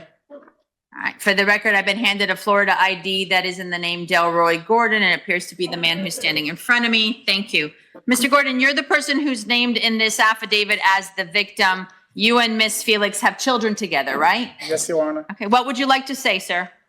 Your Honor, I would love to drop the charge, and besides that, I would love for us to have some type of a contact. We have two little young one, 4 years old, 5 years old. And like I said, we do really need each other. I'm a truck driver. I drove all 48 states, so I'm not really there with them all the time. And she really, do most of the moving around, pick here, do this, do that. And then when that comes in, we do whatever we got to do for each So are other. the kids with you right now? Yes, Your Honor. And I thought I heard her say she was dropping off the kids to you. No, she come down to drop the kids off to me. Well, that was yesterday. So how long are the kids supposed to be with you? I'm not sure because we never have any arrangement and time frame. Did you know she was coming to drop off the kids? Yes, Your Honor. And I'm sorry, how old did you say they are? 4 years old, 5 years old. So the 5-year-old at least is in school? I think she enrolled them in school, Your Honor, but we have another situation that's going on, but I don't want to go in that for right now. Okay. Yes, Your Honor. So the state attorney's office is the one that needs to decide whether they're going to pick up on the charges or not move forward with the charges. So the fact that you said you want to drop the charges, there's nothing I can do about that. It's the job of the state attorney's office to decide what they believe they can do moving 'Cause I forward. just think it's not intentional, so. Okay, well, that's certainly something that you can meet with the state attorney's office and explain your position to them. Like I said, they make that decision, not me. As far as contact between you and Miss Felix, are you scared of her in any way? No, Your Honor. She's not a violent person at all. State, did you want to ask any questions? I don't have any questions, just my position when you're ready to consider it. Does the public defender wish to ask the witness any questions? Yes, Mr. Gordon, would you like to have contact with Ms. Felix? Yes, sir. And if something like this were to happen again, would you feel comfortable calling the police? If you felt like you were in danger, would you call the police? No, because I don't think this will happen. We've been living together for 6 years, and this is the first time this ever happened. We never really go at it like this. Like I said, it's a big misunderstanding. Does she have family here besides the kids and you? Does she have any family that lives in this area? Yes, Your Honor. And do you have family that lives in this area? Yes, Your Honor. Okay. State, anything else for this gentleman? No questions for him. Thank you, sir. You can have a seat. Yes, sir. Thank you. All right. State, what's your argument? Your Honor, the state's asking for no contact. I think given the allegations in the charging affidavit, as well as the fact that the children were present, the ages of the children, and the fact that they may not be able to call for assistance, all combined with the fact that the victim just testified that he himself would not call law enforcement if something were to happen in the future. The state's position is that a no contact order is not only in the best interest for the victim in this case, but for the children and probably the defendant. So we're asking for no contact at this time. Understood. Defense, do you wish to respond? Yes, Your Honor. At this time, we'd be asking for no hostile contact. Mr. Gordon made it clear that there may be some issues with the children if she were not able to have contact with him and they weren't able to freely switch the children back and forth. If Your Honor wasn't willing to grant no hostile contact, if there could be some kind of provision for the children and or handing over the children. He is not afraid of Miss Felix and wants to have contact with her. And may have misunderstood my question and he doesn't think this is ever going to happen again, so we wouldn't feel necessary to call the police. So here's what I'm going to do to try to accommodate what I've heard Mr. Gordon say. The parties are to have no direct contact with each other in the presence of each other unless there is another adult there also. So it could be his family member, her family member, a mutual friend, but somebody else who's going to be able to make sure that things don't escalate. Beyond that, then they are not to have any other physical contact, but they can communicate via telephone or text regarding their children and only regarding their children. And then, if they decide they're going to switch the kids back and she goes back to Arizona and he wants to talk to her over the phone or on a text on how the kids are doing, that's fine. Or whatever they decide. I'm not going to get into their parenting right now. All right. So $2,000 contact as outlined by the court. no weapons or firearms, and they already maintain separate residences, so they're going to keep their separate residences. Next court date. On demand. Thank you. Michael Foster. PD approved.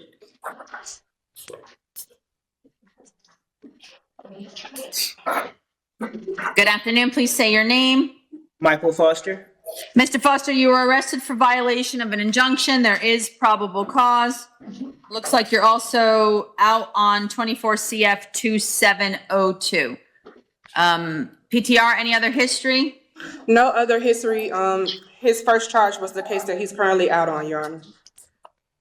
Okay, hold on. This just went floopy on me. Give me a second.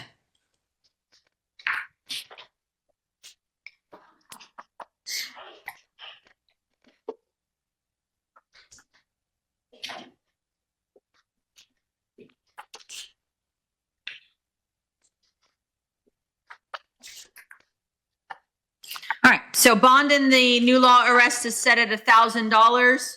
No contact with the victim, no return to the scene, no weapons or firearms. And looking at 24 CF 2702, he's out on an ROR because it's a 33-day motion and the state still, at least according to benchmark, has not filed. I'm taking no action on that release. Thank you, Judge. Sure.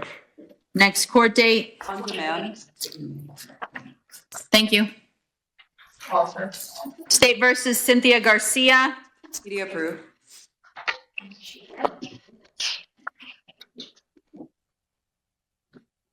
Good afternoon. Please say your name. Cynthia Garcia. Ms. Garcia, you were arrested for domestic violence battery. There is probable cause. PTR. She has no Florida history, but she does have one prior arrest out of Texas back in 2022 for assault, domestic violence. The disposition is unknown. Your bond is set at $1,500, ma'am. No contact with the victim, no return to the scene. You already have different residences, at least according to this report, so maintain separate residences, no weapons or firearms, and do not possess or consume any alcohol. And Your Honor, for your information, she is stating that the information given by pretrial release is incorrect. Understood. Thank you. State. Your Honor, just for the record, the victim's present in the courtroom. He does not wish to address the court, but he was in agreement with the no contact order, the no return, and the no alcohol. Okay, thank you. Thank you. Next court date. On demand. And Your Honor, could we have a one-time return with law enforcement to collect any personal belongings? There, it's not necessary. They have different residences. Oh, okay. They don't live together anymore. I saw their home, I'm sorry. Yeah. Daniel Hendrickson. PD approved. And Your Honor, I do have a probable cause argument as to Okay. the weapon subsequent. I didn't know how it was charged because it was charged different in both the docket and on the arrest affidavit. Okay, thank you. Good afternoon, sir. Please say your name. Daniel Hendrickson. Thank you. Mr. Hendrickson, you were arrested for 3 different counts of alleged crimes. Let me just pull this up real quick. All right, so the first one is possession of a controlled substance with intent to either sell, manufacture, or deliver. Then count 2 is possession of a controlled substance without a prescription. And then count 3 is having a weapon, possessing a weapon in the commission of a felony. And that's what it should read as. I know it says, it's a weird way that they wrote it, but 790074 is being in possession of a weapon or a firearm while committing a felony. Okay, so this isn't a subsequent offense? Correct. Okay, got it. Right. I had 790.07 pulled up. What it says is whoever having, so let me read it again for you. Maybe whoever having previously been convicted of a violation of subsection 1 or subsection 2, and then subsequent to such conviction displays, use, threatens, or attempts to use any weapon, firearm, or electric weapon or device, carries a concealed firearm, committing or attempting to commit any felony, or while under indictment is guilty of a felony of the first degree. So, yes, it is subsequent. You are correct. Argument to that. All right, you may go ahead and make your argument. Within the four corners of the arrest affidavit, Your Honor, there's no indication that there's been a prior conviction for that statute allowing for a subsequent offense. State, do you wish to respond? I'm in agreement with defense counsel. As am I. I find probable cause for count 1, probable cause for count 2, and then a lesser included of 790.074 is 790.071. So there's probable cause for having a firearm during the commission of a felony, not the subsequent category. So it makes it an F3 instead of an F2, or rather, instead of an F1. Yes. So he's guilty of the F3. No, scratch that. There's probable cause of the F3, not of the F1. Yes. Yeah. Okay. So we're on the same page. Having said that, PTR?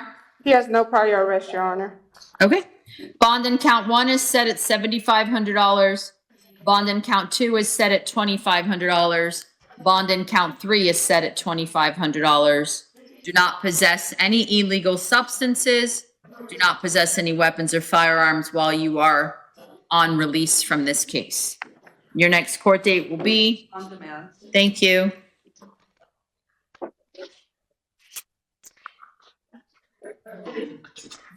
Sabrina Kiat. How many were there today? 40 what? 40? 507. And 39 of them were DVs? Yeah. PD approved. Thank you. Good afternoon, ma'am. Please say your name. The mic's muted. Say it again, please. Sabrina Kiat. Thank you. So, Ms. Kiat, the paperwork that I received said you were arrested for domestic violence. I don't know that there's really enough to make it domestic. There is probable cause for battery. So for right now, I'm going to find PC for battery. PTR, any other history? She has no prior arrest, Your Honor. Bond is going to be set at $1,000. No contact with the victim. Maintain a separate residence. No weapons or firearms. Do not possess or consume any alcohol. Next court date. On demand. Thank you. David Marco. Yeah. PD approved. Good afternoon, sir. Please say your name. David Marco? And Your Honor, we would waive the reading. Okay, Mr. Marco, I'm going to ask you some yes or no questions. Please just respond yes or no. Were you told the reason why you were arrested? Yes. Were you shown a copy of the booking report where it says what they are accusing you of? Yes. Your public defender is asking me not to read the charges out loud. Are you in agreement with that? I guess so, yeah. Okay, do you know what that means? He just doesn't want me to say it out loud. Are you okay with that, or do you care? I mean, I'm okay with that. I didn't do nothing wrong. I was just, Okay, I just want to make sure that you're aware of why you're here and you don't want me to say it out loud. you could say it out loud. Okay, so you were arrested for exposure of sexual organ. There is probable cause. PTR, any other history? Yes, Your Honor. He has history in Florida. One prior arrest in 2023 for petty theft, which was adjudicated withheld, and he was placed on 6 months probation. He also has an arrest out of state in New York dated back to 2007 for driving while impaired by the consumption of alcohol. He also has an arrest out of Ohio dated back to 1988 for robbery, aggravated burglary, theft, and violation of probation. In 1998, he has insurance fraud, theft, and institution data received. Mr. Marco, I'm setting your bond at $1,000. I'm going to order you not to return to the 7-Eleven at 2975 Vineland Road. Public Defender's Office is appointed, and your next court date is going to be? On demand. Thank you, sir. Your Honor, given Yes. the allegations as well as some of the history that we heard, would Your Honor consider no alcohol? There was an allegation that he was under the influence of alcohol at the time of this incident. Yes. Do not possess or consume alcohol as an additional condition of your release. Okay. Thank you. Devion Miller. PD denied due to income. Good afternoon, sir. Please say your name. Duval Miller. Mr. Miller, you were arrested for domestic violence, battery by strangulation. There is probable cause, PTR. He has one prior arrest out of Florida in 2023 out of Hillsborough County for aggravated battery on a pregnant female. It is unknown if it's domestic and unknown if it's the same victim. He also has one arrest out of Wisconsin in July of 2024 for retail theft, and the disposition is unknown. Mr. Miller, are you living in Florida or are you living in Wisconsin? I'm living in Florida, but I work over the road as a truck driver. Gotcha, that makes sense. The address we have is in Avon Park, is that correct? That's correct. All right, so your bond is set at $2,500. No contact with the victim, no weapons or firearms. You didn't qualify for the public defender. What are you gonna do for a lawyer? I'll try and find a lawyer. All right, next court date will be? On demand. Thank you. Mustafis Motiwala. He denied due to assets. Good afternoon, sir. Please say your name. Mustafid Motiwala. Thank you. Appearance of counsel. Alberto Melendez for the defense, Your Honor. Mr. Motiwala, can you see Mr. Melendez here in the courtroom? No, Can you go like that? Do you see the person waving at you? no. No. All right, so camera's on me? Yes. Yeah. I never know where that camera's gonna be at. He's here. Did you hear him? Yes. Okay, just want to make sure you know there's a lawyer on this side of the camera representing you, okay? Okay. All right. So, sir, you were arrested for domestic violence battery. I read the affidavit and there is probable cause. PTR? He has no prior arrest, Your Honor. Okay. State, anything that you'd like to say? The state's asking for no contact and that they maintain a separate residence as a condition of release in the case, Your Honor. Okay, Mr. Melendez, anything the defense would like to say? Your Honor, I'd be asking for no hostile contact in the case. Is the victim here? Unfortunately, I do not believe so. All right, so without testimony from the victim, the court would not consider modifying the no contact, but that is without prejudice. So bond is set at $1,000. At this time, no contact with the named victim, no return to the shared residence, but a one-time assist order is permitted so he can go get his personal things. Do not possess any weapons or firearms. Yes, sir? Your Honor, instead of no return to the prior residence, would you consider maintain separate residence? Do you believe that the victim moved out? I don't know if she's moved out yet. Based on my talks with the family, I believe that may be something in the future. So it is without prejudice. You can ask for that to be modified. That shouldn't be a problem if the state confirms the victim voluntarily chose to leave. I would have no issue allowing Mr. Motiwala back into his residence. But until we know for sure she's gone, I don't want to run the risk of him thinking she's not there. He goes back and he gets violated. Yep. So that's without prejudice. Next court date. On demand. Thank you. Can I say something, Judge? You can, but your lawyer will probably not want you to. It's up to you guys to decide. Anything you say can be used against you. You are being recorded. Yeah. I take care of my mom. She's 80 plus. Yeah. Okay? I live with her. So no contact will really put her in difficulty. She's on wheelchair. Okay, so, but for so long as the victim is still in that house, you can't go back. If it is your mother's house and your mother doesn't want that victim to be there, your mother can ask her to leave. But I can't untangle all of that at this moment. If that happens, then I wouldn't have a problem entertaining a motion to modify those conditions. All right, so your lawyer will come and tell you what all the possibilities will be. All right, thank you, sir. Thank you. That's all I have, may I be excused? Sure, of course. Kenny Nankashore. Good afternoon, Your Honor. Good afternoon, sir. Please tell me your name. So, Mr. Nankashore, you have 3 counts. You have a burglary of an unoccupied dwelling, a petty theft, and a criminal mischief greater than $1,000. There is probable cause. PTR? Yes, he has an arrest dating back to 2010 for battery domestic violence, which was dropped. In 2019, he has 2 battery domestic violence charges, which was also dropped. In 2020, he has another battery domestic violence, which was no pros, and a criminal mischief that was no pros, Your Honor. Sir, your bond in count 1 is set at $2,000. Count 2 is $1,000. Count 3 is $1,000. No contact with the victim.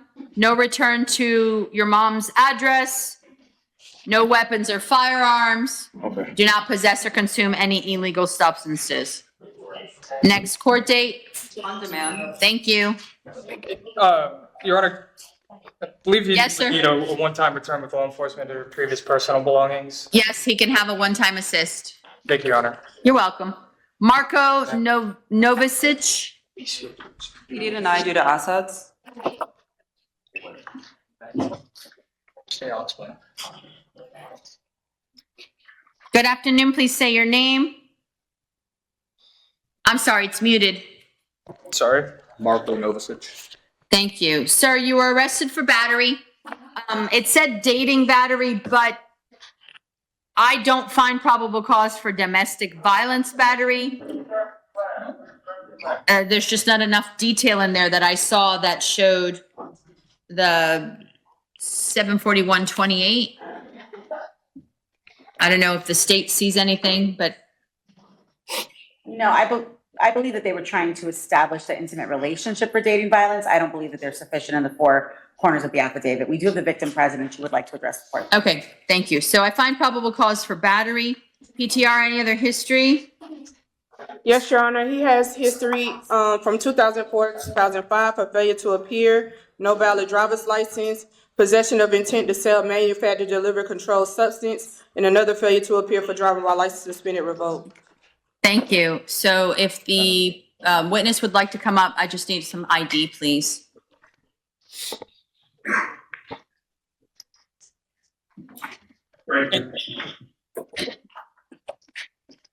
Thank you. Good afternoon, ma'am. Can you please raise your right hand? Do you swear to tell the truth, so help you God? Yes, I swear. Thank you. Please lower your hand and tell me your name. Brittany Rippon. Thank you. For the record, the court has been handed an Alaska driver's license that appears to be the young lady who's standing in front of the court at this time. Thank you. What would you like to say, ma'am? I would like contact and that we were both highly intoxicated. I think it's a huge misunderstanding. How long have you known him? We're about to be a year together. Okay. State, do you wish to ask any questions? I do, Judge.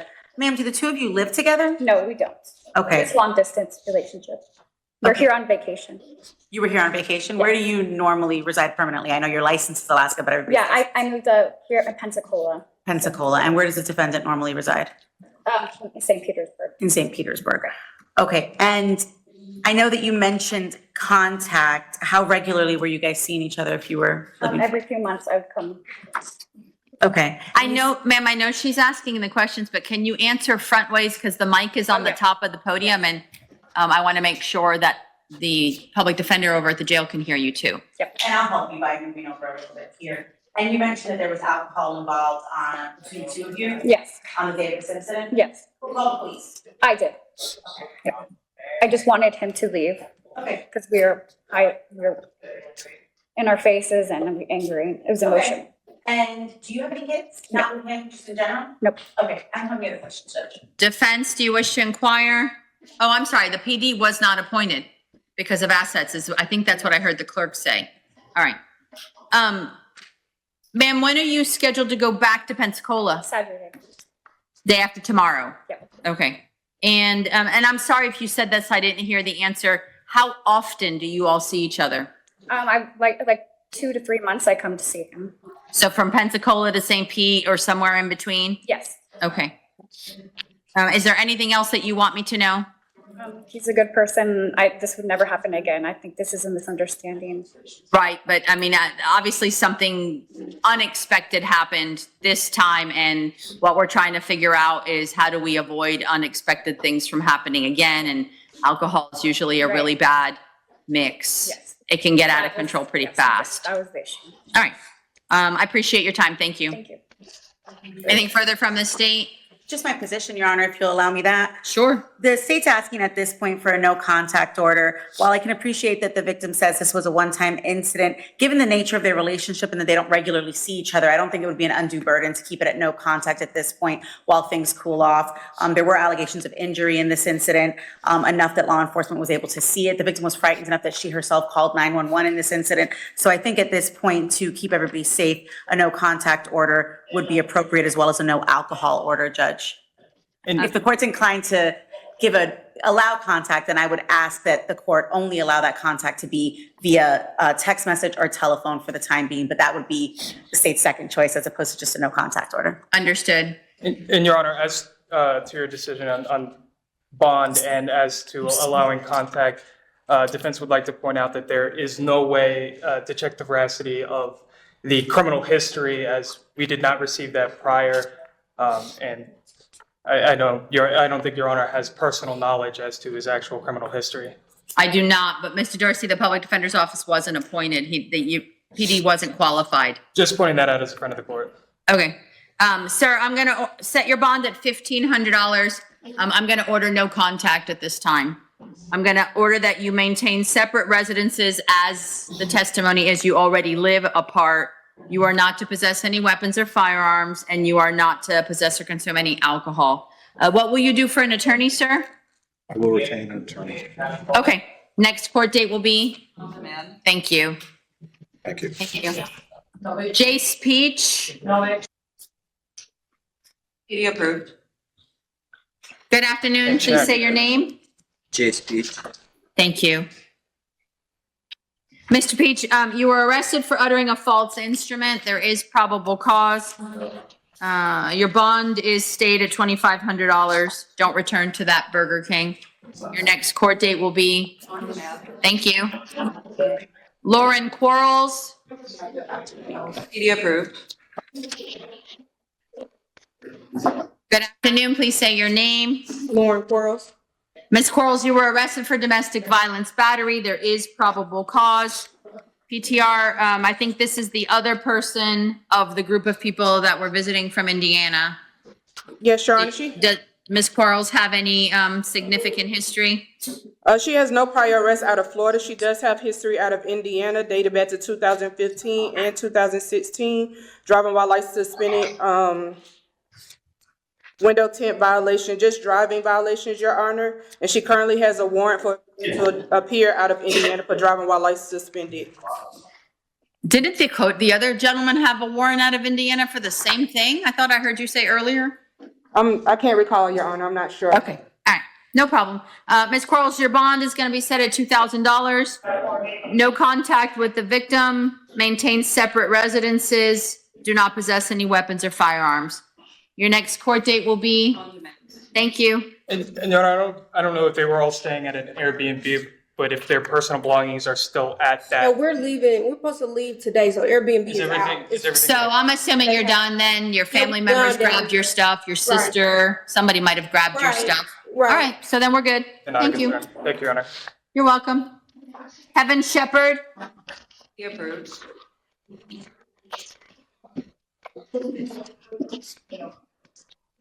Good afternoon. Please say your name. Heaven Shepherd.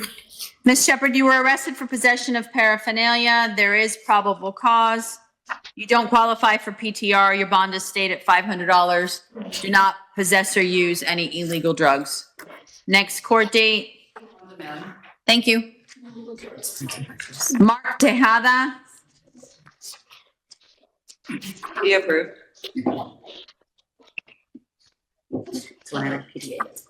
Good afternoon, sir. Please say your name. Mark Anthony Tejada. Mr. Tejada, you were arrested for possession of a controlled substance without a prescription and possession of paraphernalia. There is probable cause. Your bonds are stayed, $2,500 count 1 and $500 count 2. Do not possess or consume any illegal substances. Your next court date? On demand. Thank you, sir.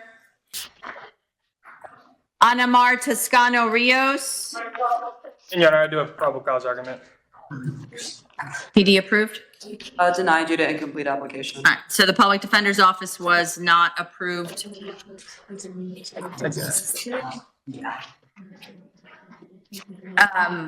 So good afternoon, please say your name. Ana Toscano Rio. All right, Ms. Toscano, you were arrested for domestic violence battery. There is probable cause. PTR, any other history? She has one prior arrest out of Seminole County back in 2022 for battery, touch or strike domestic violence. It is unknown if it's the same victim. Thank you. You're welcome. Ma'am, your bond is set at $1,000. No contact with the victim. maintain a separate residence, do not possess any weapons or firearms. And what are you going to do for an attorney, ma'am? I guess a public attorney? Well, your affidavit was not qualified, and we asked the clerk to make sure it was because it was incomplete. You can fill out another affidavit if you'd like. At some point, they may assess another $50 application fee, but you're gonna have to fill out another form and make sure it's answered every section, because your last application, some stuff wasn't answered, and that's why you didn't get the public defender yet, okay? Well, then I will try to get a lawyer myself. And Your Honor, Okay. as a friend of the court, she did mention to me that she does have her daughter, the children between the two of them. If you would allow an exception for contact that pertains to just the children. Not at this time, not based on the accusations, so I'm not gonna get in the middle of their custody situation, but I'm not gonna let them have contact at this time. Yes, Your Honor. Thank you. Thank you. Tevin Watson.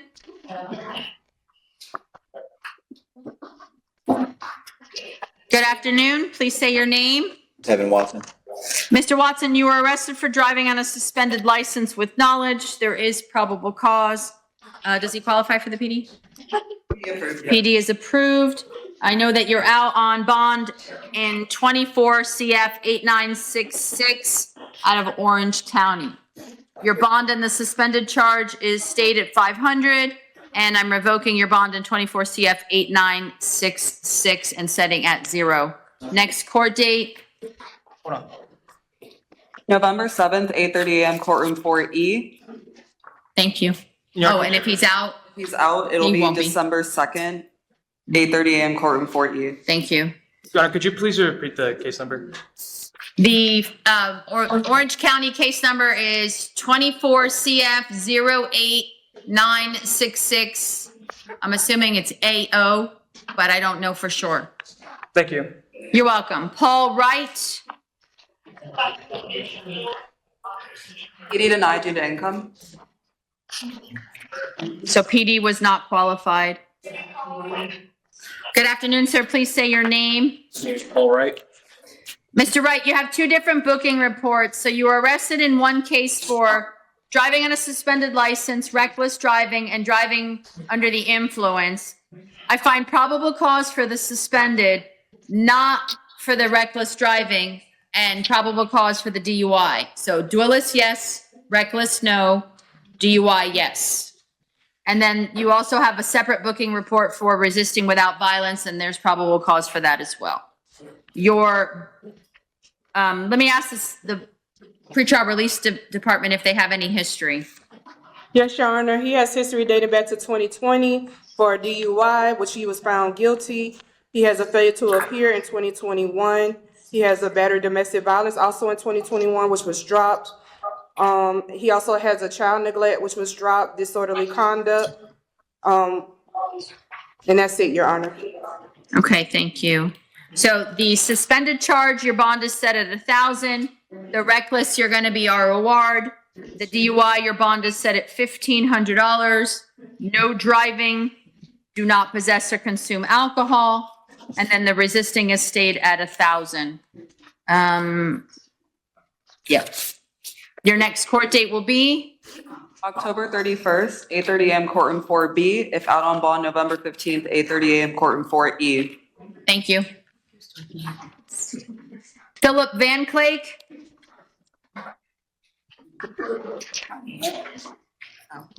PD approved.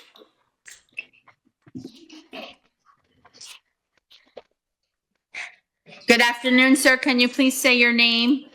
Philip Ray Van Clayk.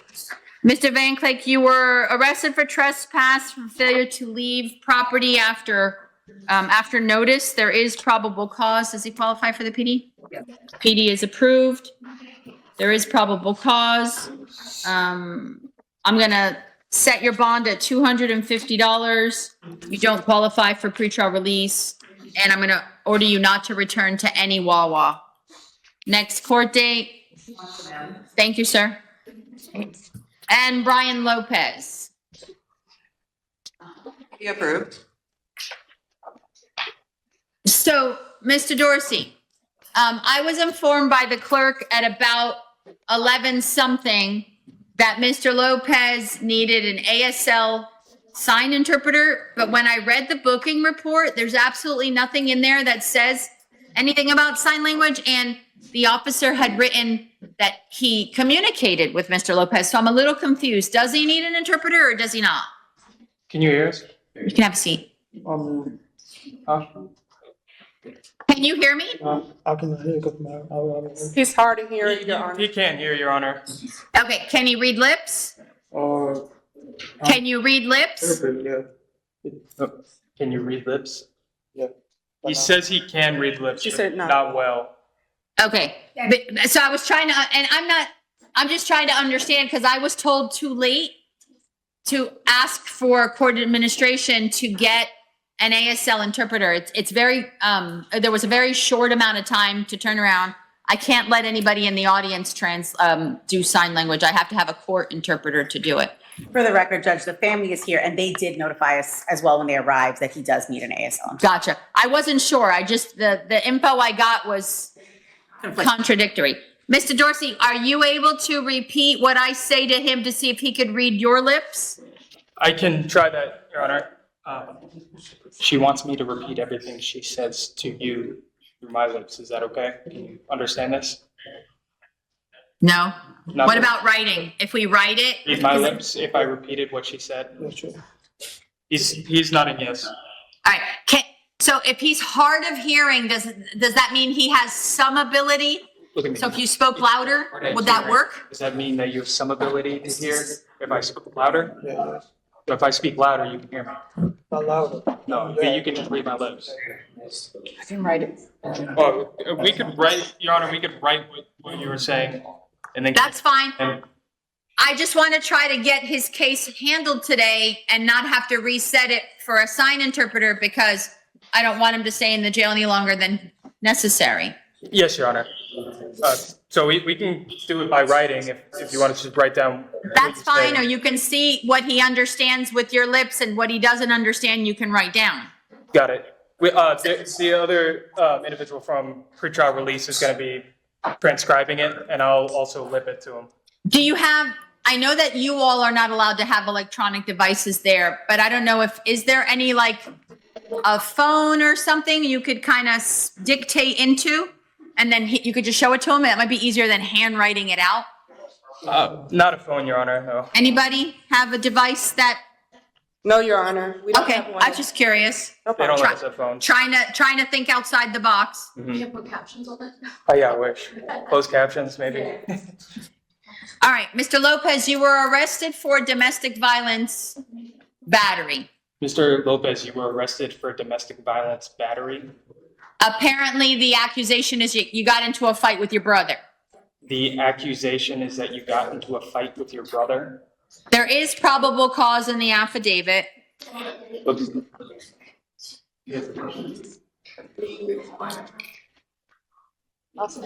think you understand. She's finding probable cause. That's a legal determination to say that the arrest was a valid Legal arrest Determination to say by that what we know. it's a valid arrest, meaning the officer had enough information to arrest you. And PTR, any history? I would hope not. He's only 18. He has no prior arrest, Your Honor. Thank you. You're welcome.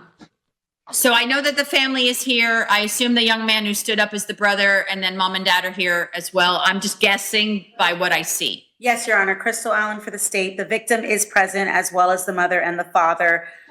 Just to try to expedite things, given the circumstances, in our conversations, they wish to have the victim back home and are not in fear. And he needs to be living at home, given his condition. So I would have no objection to no hostile contact in this circumstance without testimony if the court is willing to do so. Based on what I read in the affidavit, based on the family's presence here and the brother stood up right away that he wanted to speak, I don't have an issue with no hostile contact because they'll be under mom and dad's supervision. So he doesn't qualify for PTR.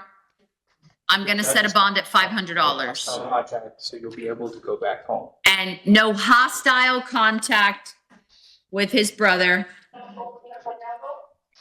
And abide by all the house rules of mom and dad. Can't raise your voice. If there's any stressful situations, you have to remove yourself. And no weapons or firearms. The next court date will be on demand. And the public defender, if you are not going to, if the state files charges, and if you are not going to waive arraignment, please let us know as soon as possible so we can order a sign language interpreter. Does he, Yes, Your he Honor. knows ASL? She's instructed that. So just let us know ahead of time so that I can order one because it takes a little maneuvering to get an ASL interpreter to the courtroom. And so, next court date on demand. And Your Honor, what was the bond set at? I'm sorry. $500, 500. no hostile contact, abide by house rules of mom and dad, no weapons or firearms. Got it. Thank you, Your Honor. Thank you. All right, that's all we have. Thank you all very much. I do have a private case that's going to take over the video for just a moment, but that's all we had for first appearances. Thank you. No contact.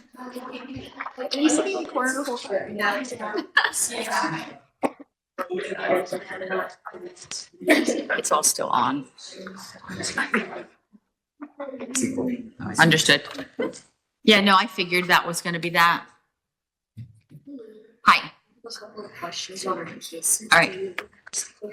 I left all my sticky notes on there. So if you look through them and you still have questions, let me know. I'm going to do this one and I'm not leaving yet. So what's, oh, thanks. All right. State versus Wallace Lamb, 23 MM 2006. Appearance of counsel for the state Christopher Hill. and for the defense. I saw Ms. Cooper. Hello, Judge. Good afternoon. Mary Jane Cooper for the record, on behalf of Mr. Wallace Lamb. Thank you. Good afternoon, sir. Please say your name for me. Wallace Lamb, of course. Thank you. So my understanding is that this was set for a entry of an admission to the violation of probation, and it's a plea to the bench. Yes, Judge, that's correct. All right. And did you go over an admission form with your client? Yes, Judge, that's correct. Great. Mr. Lamb, can you please raise your right hand? Do you swear to tell the truth, so help you God? Yes, Thank you. Please lower your hand. Sir, your lawyer's holding up an admission form, which presumably has your name on it. Did you sign all that? I did. Did you read everything? Yes, ma'am. Do you understand the rights that are in that paper? Yes, ma'am. Do you have any questions? No, ma'am. Do you need any more time to speak with your lawyer? No, ma'am. Do you feel like anybody forced you to make the choice you're making? No, ma'am. Did anyone promise you anything specific in exchange for you entering into this plea today? No, ma'am. Are you acting under the influences of any types of medications, drugs, or alcohol? No, ma'am. If you are not a U.S. citizen entering a plea, is a basis to have you deported. Do you understand that? Yes, ma'am. And are you willing today to waive your rights and enter this plea to resolve your case? I am. Do you admit that you did not comply with your probation the way that you were supposed to? Yes, ma'am.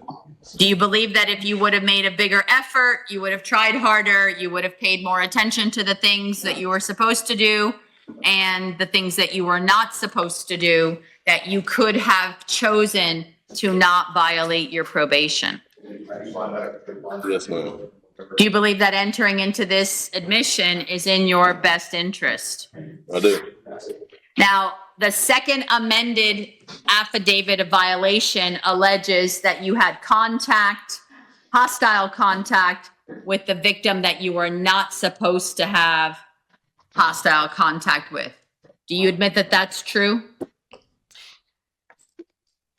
Your Honor, he is pleading because, he's admitting because he believes it's in his best interest. Okay, but that is part of the allegation that's on the affidavit, so, is that case still pending? Yes.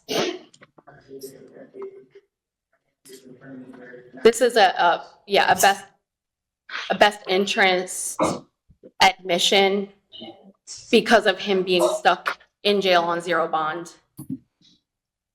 Well, he also has 24 CF 2921. What's that all about? That's not on the affidavit? No. No, it's based on the same set of facts as the 24MM case. Okay. The affidavit, the second amended violation of probation affidavit also alleges that Mr. Lamb did not provide proof of either enrolling and or completing the batterer's intervention program within the time period required by the judgment. How does Mr. Lamb wish to address that allegation?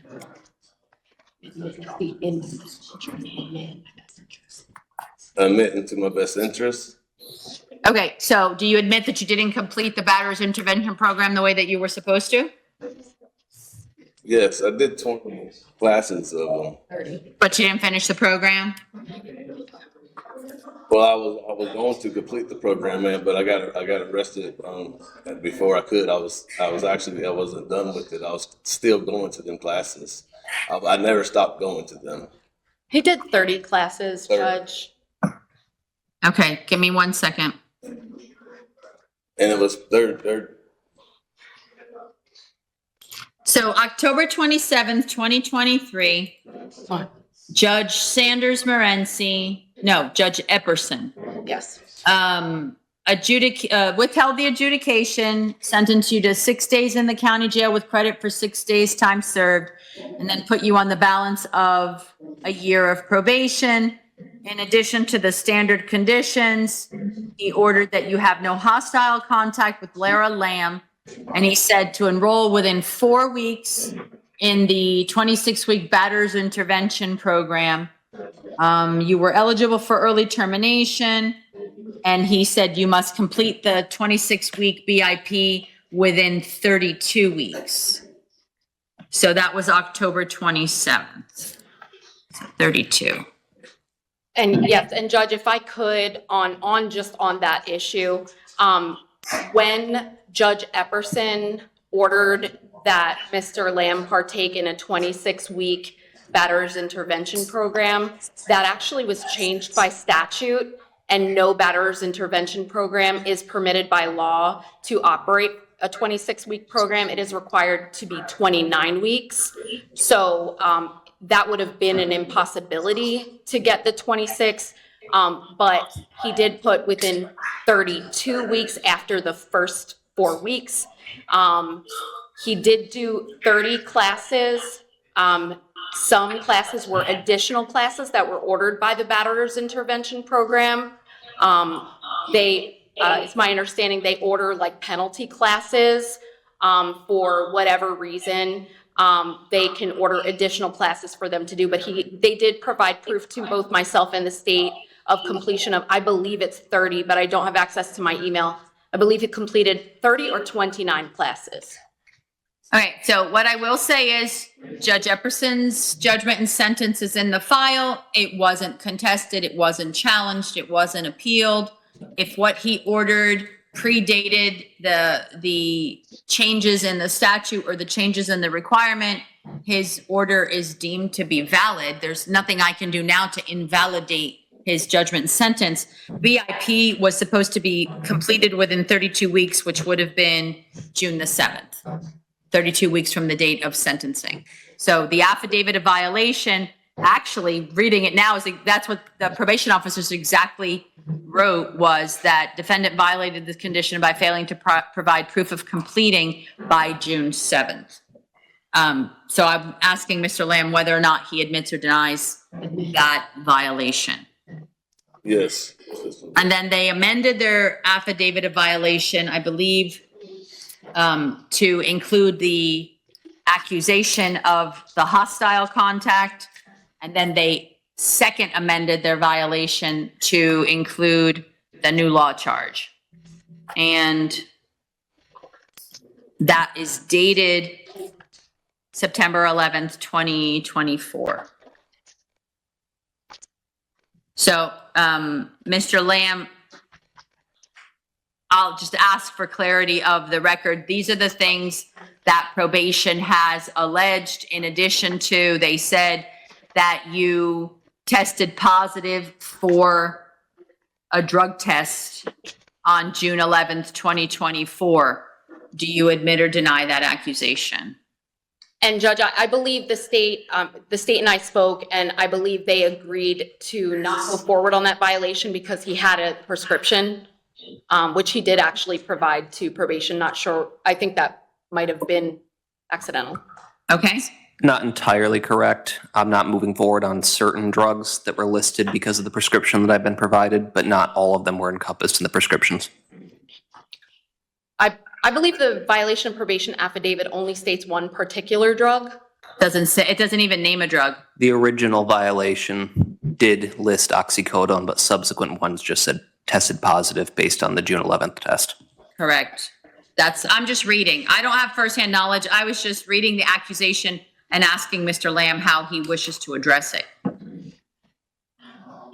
And then a non-substantive alleged violation is failing to maintain payments, which is not something that would substantiate a violation of sufficient for sanctions.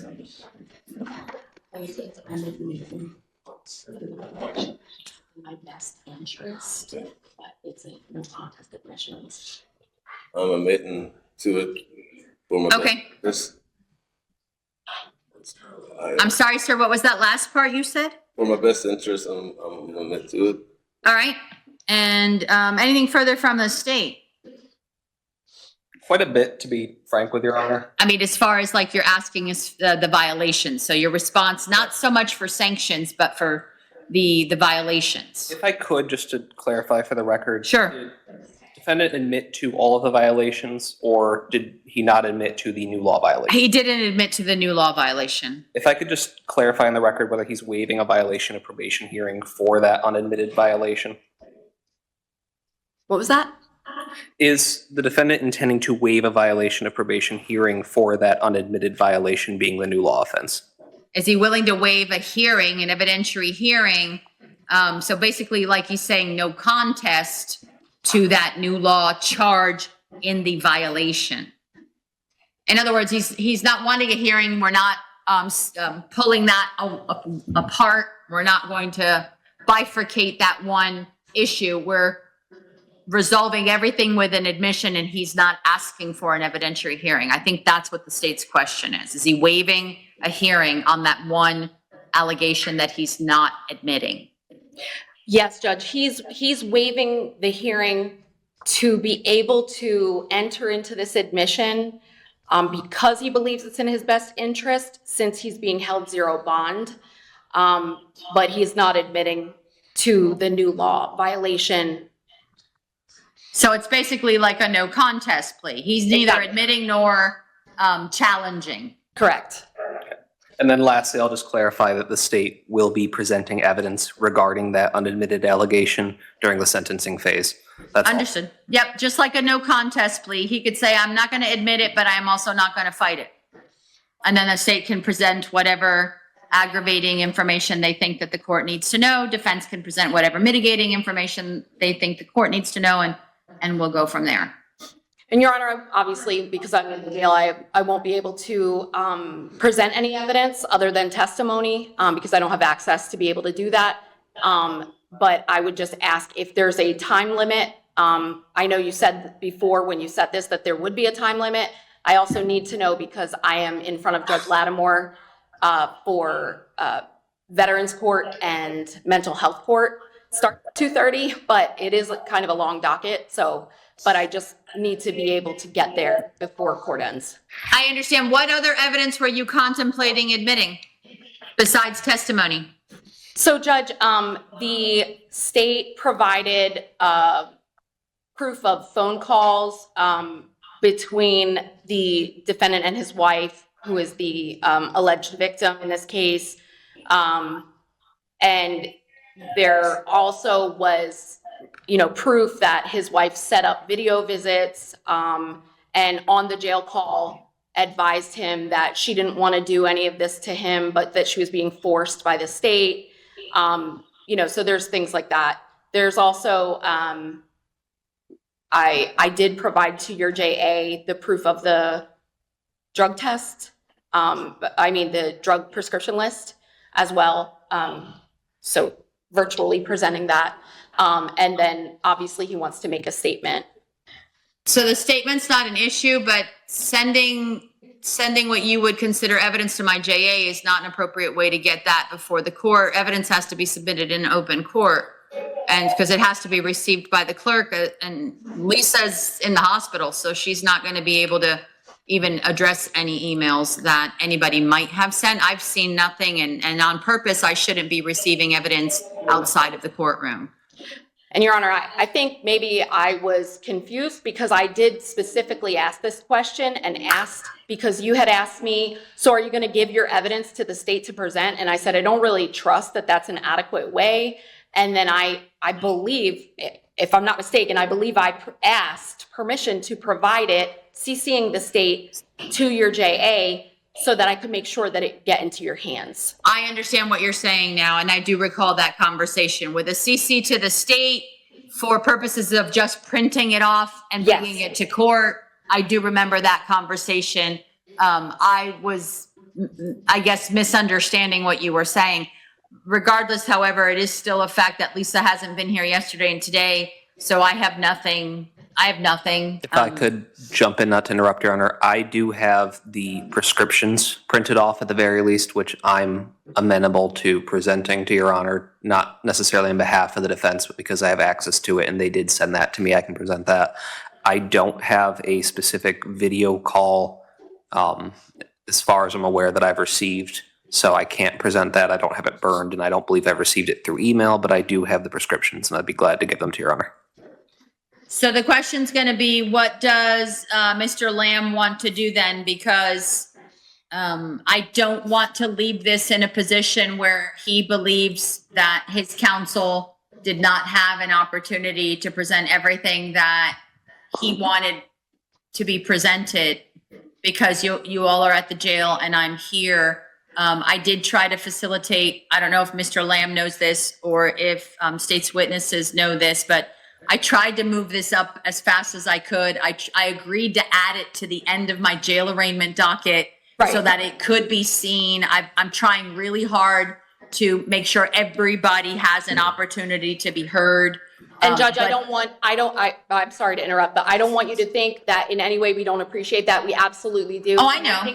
I think that my client would be satisfied if, since the state intends on introducing or eliciting statements from the victim who is present in the courtroom, that I just be offered the opportunity to cross-examine her, and I can actually get in those video calls that she set and the calls that she made. Yeah, I wasn't trying to say that I felt anybody was ungrateful. I just wanted to make sure that there were no concerns that, hey, we're limited, we're not able to do what we want to do. If you want to do something different than what we tried to set up for today, I will give you a different date to do it. So if you feel that you're at a disadvantage because of Mr. Lamb being over at the jail and us being over here at the courthouse, I can reset this, and I'm happy to do that if you need it. And if I could make a recommendation, possibly, Sure. I would recommend that the state be able to present what evidence it has, given that the victim's been here and has been waiting for about 2.5 hours or so. And understanding Your Honor's accommodated us, but bifurcate the sentencing so that state's evidence can be presented now. Your Honor doesn't make a ruling yet. And that way, Ms. Cooper has the time to prepare whatever she needs to prepare, and then we can move from that point. Ms. Cooper?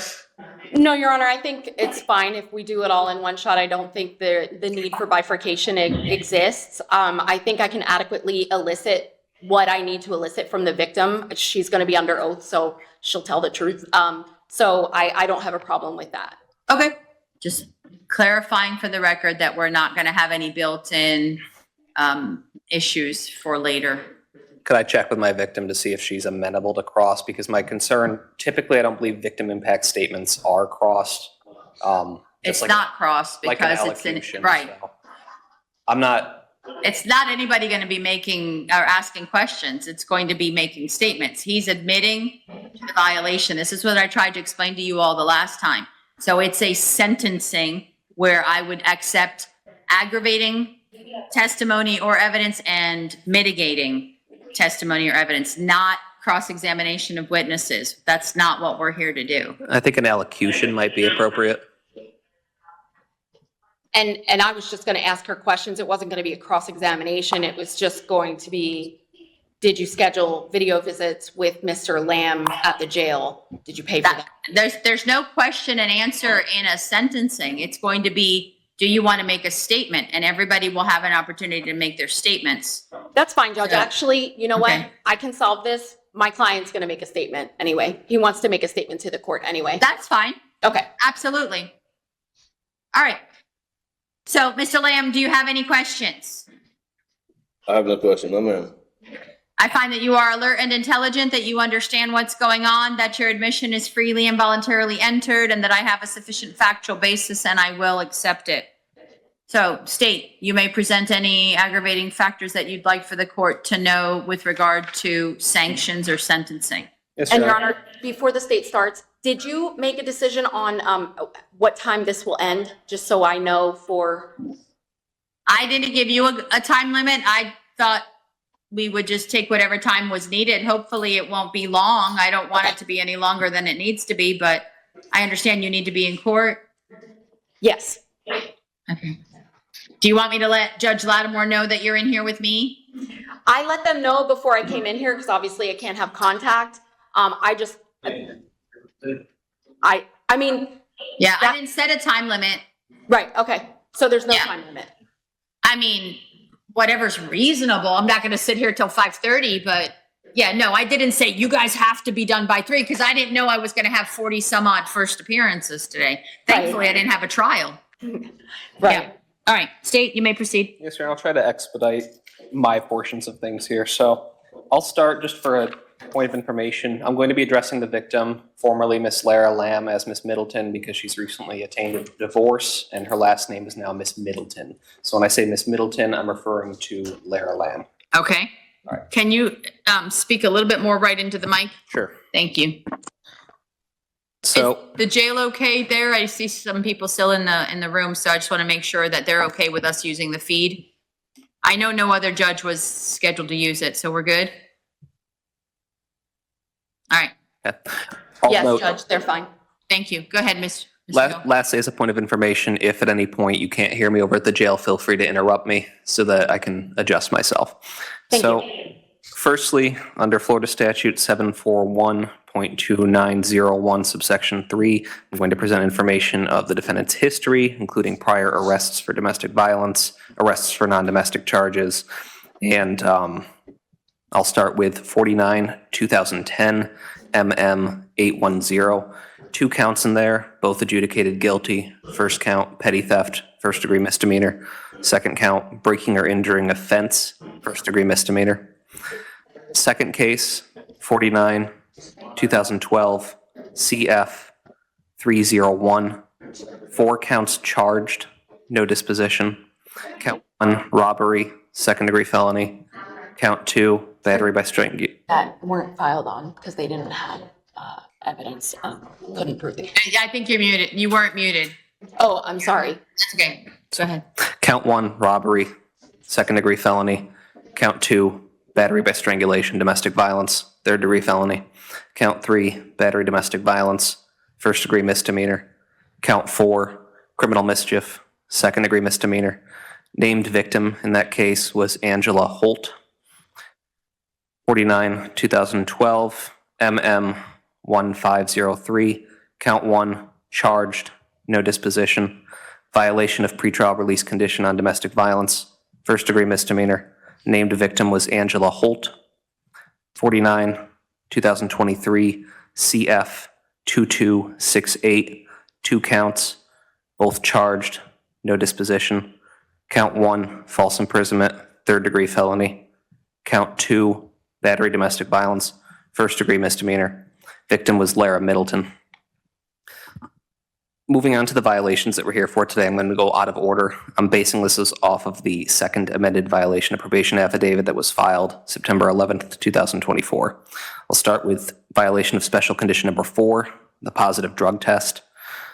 Positive tests will result in a violation of probation. It's listed on the affidavit.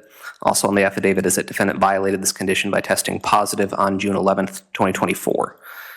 Originally, as noted previously, the first affidavit listed oxycodone as a positive drug. Subsequent amendments to the affidavit changed it to just testing positive on June 11th, 2024. I'd like to present to Your Honor both the drug test from Palm Tree Interventional Pain Management, Kissimmee, previously disclosed to defense, as well as the prescription document noted earlier from defense. Can you please provide me the date that you think you disclosed that drug test? Because I don't have record of that. It was disclosed on October 14th, 2024 at 9:54 a.m. to Mary Jane at cooperesq.com. Okay, thank you. I'll look when I get out of here. Small, please. Handing Deputy Firstly the drug test from June 11th, and then just a moment while I get the prescriptions. Thank you.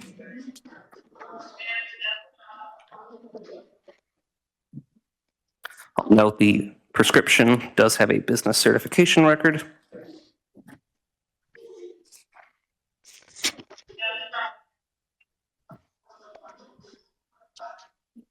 Thank you. Is there a business certification for the drug test? No. Then defense would object. It's hearsay document. This is this is realize it's aggravation. This is just states information to the court. It's not evidence in an effort to prove the underlying charge. He's already admitted to the violation of probation and waived a hearing. So I'm just taking in information that even under normal circumstances wouldn't be admitted. It can be admitted for purposes of the court's sentencing consideration. So whether he tested positive or not, he admitted that he tested positive. So some of the things that he had a prescription for, but some of the things he didn't. No, Judge. I think that's what the state, go ahead. No, he admitted in his best interest. As far as I know, the only thing I was told by the state, and obviously I didn't see this drug screen, but I know the state had mentioned to me, oh, he tested positive for marijuana. I did actually get a copy of his medical marijuana card, which is actually here in the jail, and his mom also has a copy of it. So I don't know if there's something other than marijuana and the prescribed oxycodone, but regardless, he admitted in his best interest as not contesting. And if I could, for record purposes, on two things. Firstly, McInerney v. State 213, Southern 3rd 933, provides that hearsay is admissible in non-capital sentencing hearings, which is what this is. Secondly, just for record purposes, defense was provided the drug list. That's how they were able to provide the prescription that was supposed to be mitigation of that. So, And yeah, I guess that was basically my point. You can admit things in a sentencing that you wouldn't normally be able to admit in an underlying proving the charge. So go right ahead. to walk through the drug test from Palm Tree Interventional Pain Management, it notes that defendant tested positive for several undeclared drugs: carboxy-THC, hydromorphone, oxycodone, oxymorphone, noroxycodone, noroxymorphone. I'll note that the defendant's prescription record provided by defense provides that he has a prescription for sildenafil, which is Viagra, hydroapap/hydroacetaminophen, which is hydrocodone and acetaminophen, clonazepam, which is a benzodiazepine, and tizanidine, which is Xanaflex, a muscle relaxer. Defendant has not presented a prescription that explains the carboxy-THC nor the oxycodone, which is a different medication and metabolite from hydrocodone. So those are the two drugs at issue in the June 11th, 2024 drug test. Moving on to violation of Special Condition 5, Betters Intervention Program. The second amended violation of probation affidavit provided that defendant must enroll within 4 weeks and complete a 26-week batterers intervention program within 32 weeks, and that defendant violated this condition by failing to provide proof of completing the batterers intervention program by June 7th, 2024. Defendant was sentenced to probation on October 27th, 2023. 4 weeks from that date would be November 24th, 2023. Defendant did not attend his first batterers intervention program class until January 17th, 2024, and I'd like to present a batterers intervention program monthly progress report. This was provided by defense. I will note that I removed the last page originally because when I went to probation, they did not have the last page available to them. If Your Honor would like, I can have it printed off and then brought up by a different ASA to consider the last page. But for now, what I have is the first 8 pages of that document. Thank you. Can you please advise what's on the last page? Because I don't have any of that with me. Sure. And what I'll do, if court and counsel is okay with it, is I'm just going to read the last page of it as substantively as I can to provide any information, both aggravating and mitigating, that's on the last page. The only reason I didn't provide it is because probation didn't have it. So I'll start with my portion of the batterers intervention program, and I will finish by reading the last page that I omitted. So what Your Honor can see on the monthly progress report is that on page one, defendant was absent on January 10th of this year. On page 3, that he was absent on March 13th of this year. On page 4, that he was absent on April 23rd of this year. And then just a moment for water.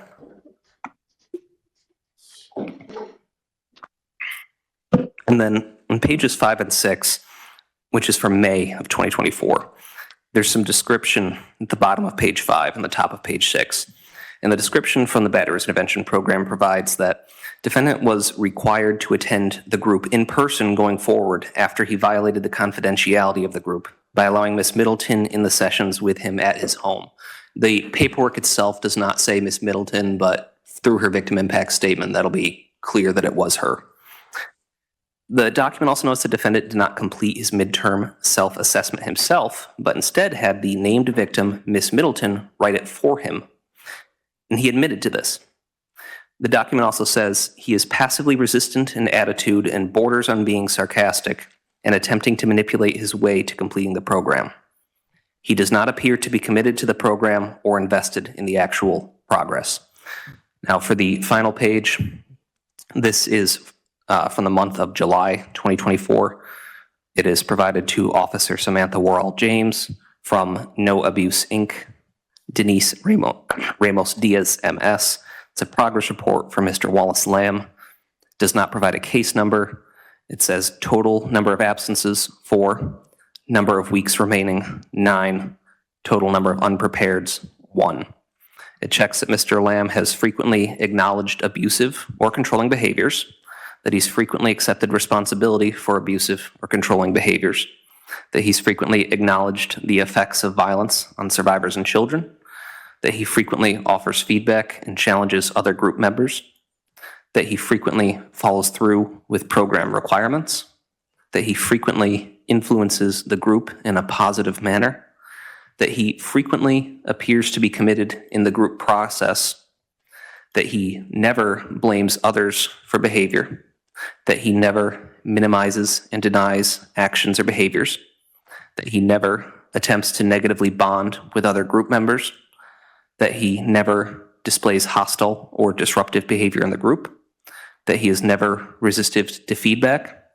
And then the summary at the bottom reads, notes, Mr. Lamb demonstrates progress this month by taking accountability for the abuse and control he has exerted over the victim. He is more engaged in group discussions and provides feedback to other members. Notably, he identified a member who was attempting to negatively bond. He appears to understand the concept of beliefs and is working on creating healthier beliefs.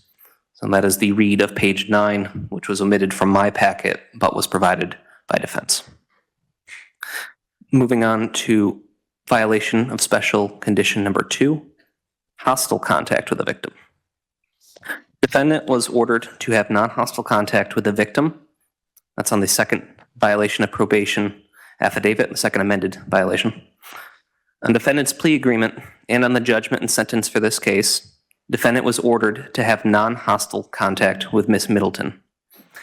The affidavit notes that he violated this condition by having hostile contact with the victim as evidenced by the electronic certified court record in Osceola County Clerk of Court case number 2024 DR 3025. The named victim in that case, again, is Miss Lara Lamb, now Middleton. Provide, Your Honor, the petition for injunction for protection against domestic violence in that case number now.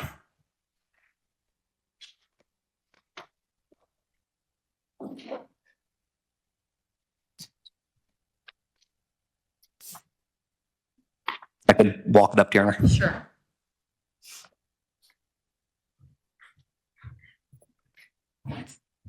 Thank you.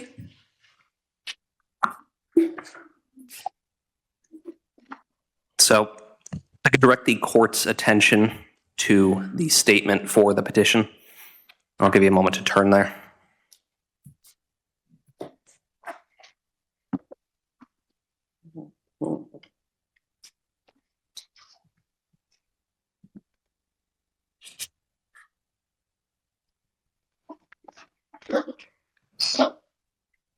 So what this provides, this was filed August 12th, 2024. I'll note defendant began probation October 27th, 2023, and he was first violated August 7th, 2024.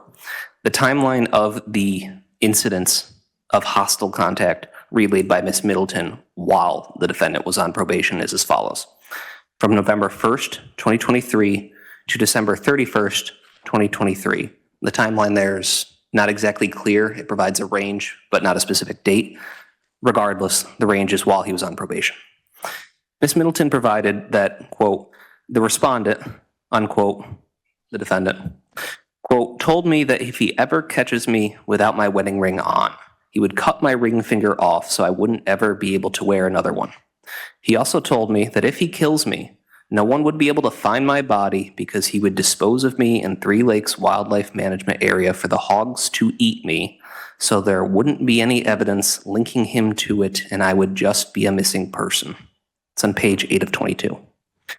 On June 29th, 2024, quote, the respondent came to my house around 8 in the morning without notice while I was asleep.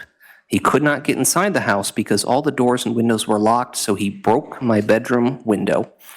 But luckily, the alarm went off, and he took off. Law enforcement responded to my house and said that because we are still legally married, divorce pending, even though he has been legally evicted since last year, they could not do anything. My security cameras recorded him coming to the house, and he later admitted and apologized for breaking the window over Messenger, but never paid to have the window replaced. I had to buy a new window, and my dad replaced it for me. It's on page 8 of 22. July 16th, 2024. Quote, if I thought you cheated on me, Laura, I'd burn your house down. I don't fucking play games like that. If I'm going to go to prison for something, I will. I will burn this motherfucker to the ground. I don't fucking play like that. Page 8 of 22. July 24th, 2024. Texted me stating if the cops come here, I'll kill you dead. There is a screenshot attached to that for your honor. July 31st, 2024. I was in the bathroom about to take a shower. I was on my phone putting a show on Netflix for me to watch while I showered, and the respondent came in asking me what I was doing on my phone. I told him, and then he said that if he ever catches me talking to another man, I will cut your fucking pussy lips off you, and you'll never fuck another motherfucker again. Page 9 of 22.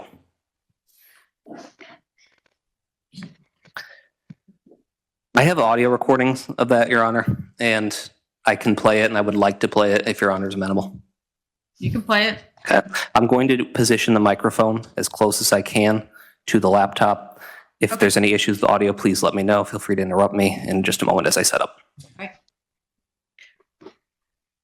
And Your Honor, I would just state that I have been provided this, but that has never had any kind of date stamp. In addition, it's only part of a conversation, and the part where the alleged victim in this case is making her statements the defendant are purposely and intentionally excluded from this, but this also didn't happen during the term of his probation. Thank you. Okay, thank you.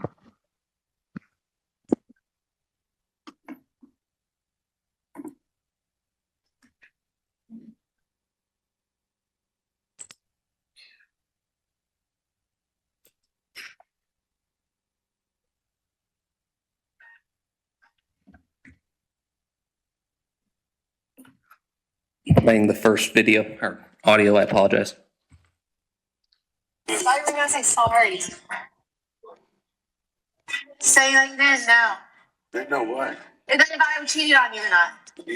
I know that you cheated. What the fuck's all about? But when earlier you said you didn't know. That was good. You know I know. You think I'd be here?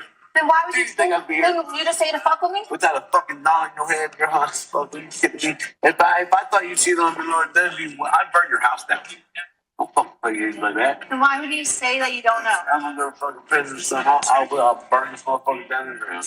I don't fucking stay until me, so. I'm going to play the second audio. It's hard to hear, but the statement comes towards the end.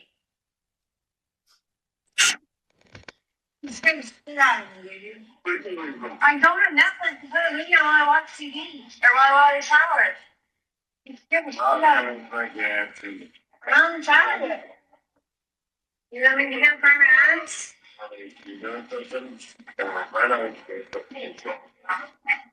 I'm not gonna see you put Netflix on.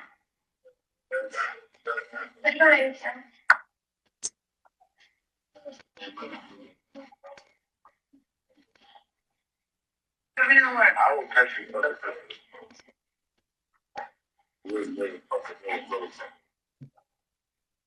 Like what?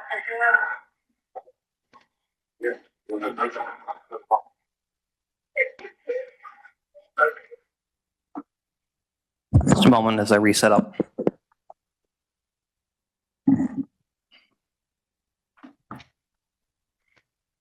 I could pass the disc up to Your Honor. There's no need to. I Okay. mean, I'm not gonna replay it after we have the sentencing today. Understood. Hear it again. I'm going to move on to the final violation of Special Condition 1, that defendant is to abide by the law. Second amended violation of probation affidavit provides that defendant is to live and remain at liberty without violating any laws. It also provides that defendant violated this condition by committing the offense of violation of domestic injunction on September 3rd, 2024, as evidenced by the uniform charging affidavit from the Osceola County Sheriff's Office, case number 49, 2024, MM 2235. On that charging affidavit provides that on September 3rd, 2024, defendant called Miss Middleton while he was in jail for this violation of probation in this case and told her to, quote, drop the shit, close quote. Defendant then goes on for several minutes telling Miss Middleton to drop the injunction against him. Lastly, before a very brief close, just to note the original offense, the underlying offense here, Your Honor, is a violation of a pretrial release condition on a domestic violence case. While on release for his felony domestic violence charges in 49-2023 CF 2268, the Osceola County Sheriff's Office responded to a disturbance where deputies met with Miss Middleton. Deputy Walker saw the defendant attempt to hide in a lawnmower shed on the property, and on scene, defendant acknowledged that they had a no contact order with each other. Just one very quick moment.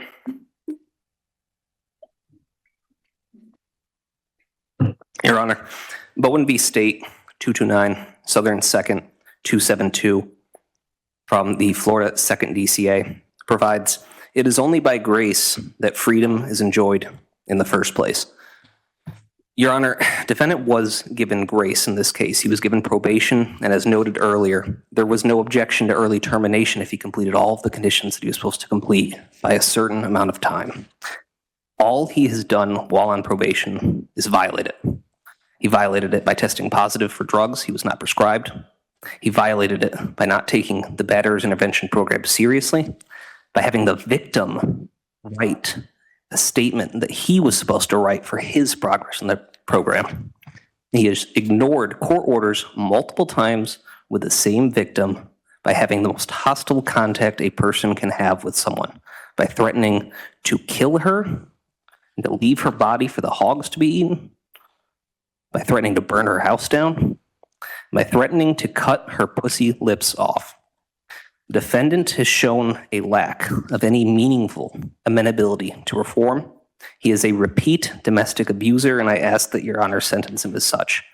The offer was 300 days. The state is asking for 364 from Your Honor. And then if Ms. Middleton would like to present her statement. Okay. Ms. Middleton, if you'd like to come on up to the podium, you're welcome to come on up.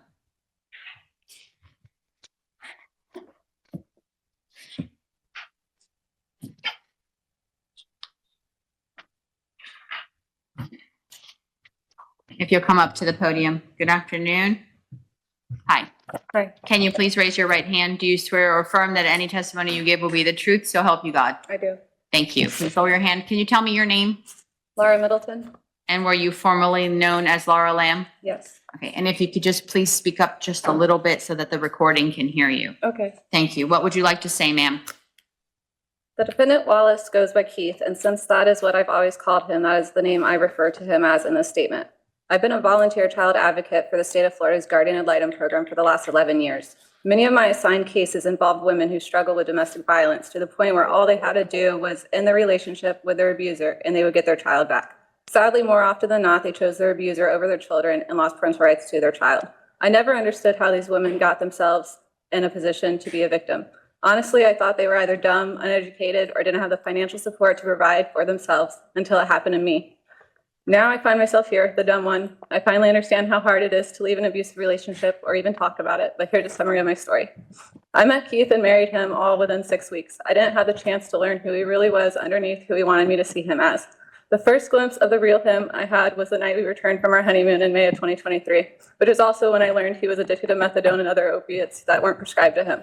He started yelling at me and bowing up to me, and here I am, his new bride, half his size, and he's trying to intimidate me. I told him to leave and that I wanted a divorce. There are too many instances where Keith has been physically, emotionally, psychologically, and sexually abusive for me to include in this impact statement. Please refer to the petition for domestic injunction for a summary of a few of the events. The petition is not an all-inclusive account of the living nightmare he put me through for the last year and a half before he was incarcerated. Being with someone who you love and trust that does unspeakable things to you and living through it is the hardest thing a person can do. You make up excuses for them and accept their apologies until it happens again, and it will always happen again. It took me a lot longer to realize this than I would have liked. I think I finally realized that it was only going to get worse on July 4th of 23 when he left bruises on my arms and fingers for at least a week after. The next day, I tried to take appropriate precautions and had him legally evicted, but that didn't stop him. And when law enforcement was called by me, neighbors, or strangers, they told me that because we're still legally married, it was a civil matter. Once Keith was placed on probation after being arrested for violating the pretrial release conditions by being at my house, nothing got better. He had to complete a batterers intervention program, which he did virtually. He would make me sit in and listen during these sessions so I could know that I didn't have it all that bad and it could be worse. He would also remind me every time that I'm the reason he has to take these stupid classes. Keith has made several threats to me after being placed on probation and having the no hostile contact as one of his conditions. He's threatened to cut my finger off if he ever catches me not wearing my wedding ring. He's also told me that I would mutilate my genital area. Said he doesn't care if he went to prison that I'd burn my house down. And he told me and texted me that he would kill me if I called law enforcement on him again. He even told me his plans to dispose of my body if he ever decided to kill me. I filed for divorce in March of this year, hoping that would make him understand that I do not want to continue to endure the continuous violence and anger. After he was served the papers for divorce, he came to my house and burnt them and told me we were never going to get divorced. In June of this year, I told him my phone stopped working in an attempt to decrease continued contact. On June 29th, he came to my house while I was asleep without notifying me and became upset when he found all the windows and doors were locked and he couldn't get inside. He ended up breaking my bedroom window, but luckily the alarm went off and he left. He later gave me a new phone so we can continue to be in contact. My life will never be the same as it was before I met Keith. My productivity has decreased significantly at work. I'm always looking over my shoulder and checking to make sure he's still incarcerated anytime I hear an unrecognized noise outside. I don't answer numbers I don't know, even though I need to for marketing purposes for work. I've changed all the deadbolts on my 3 exterior doors and added additional security cameras. My daughter had to quit cheer because I would go there 3 to 4 times a week at a certain time at a known location. I'm embarrassed that my husband treated me this way, and I hate myself for letting him do it for as long as I did.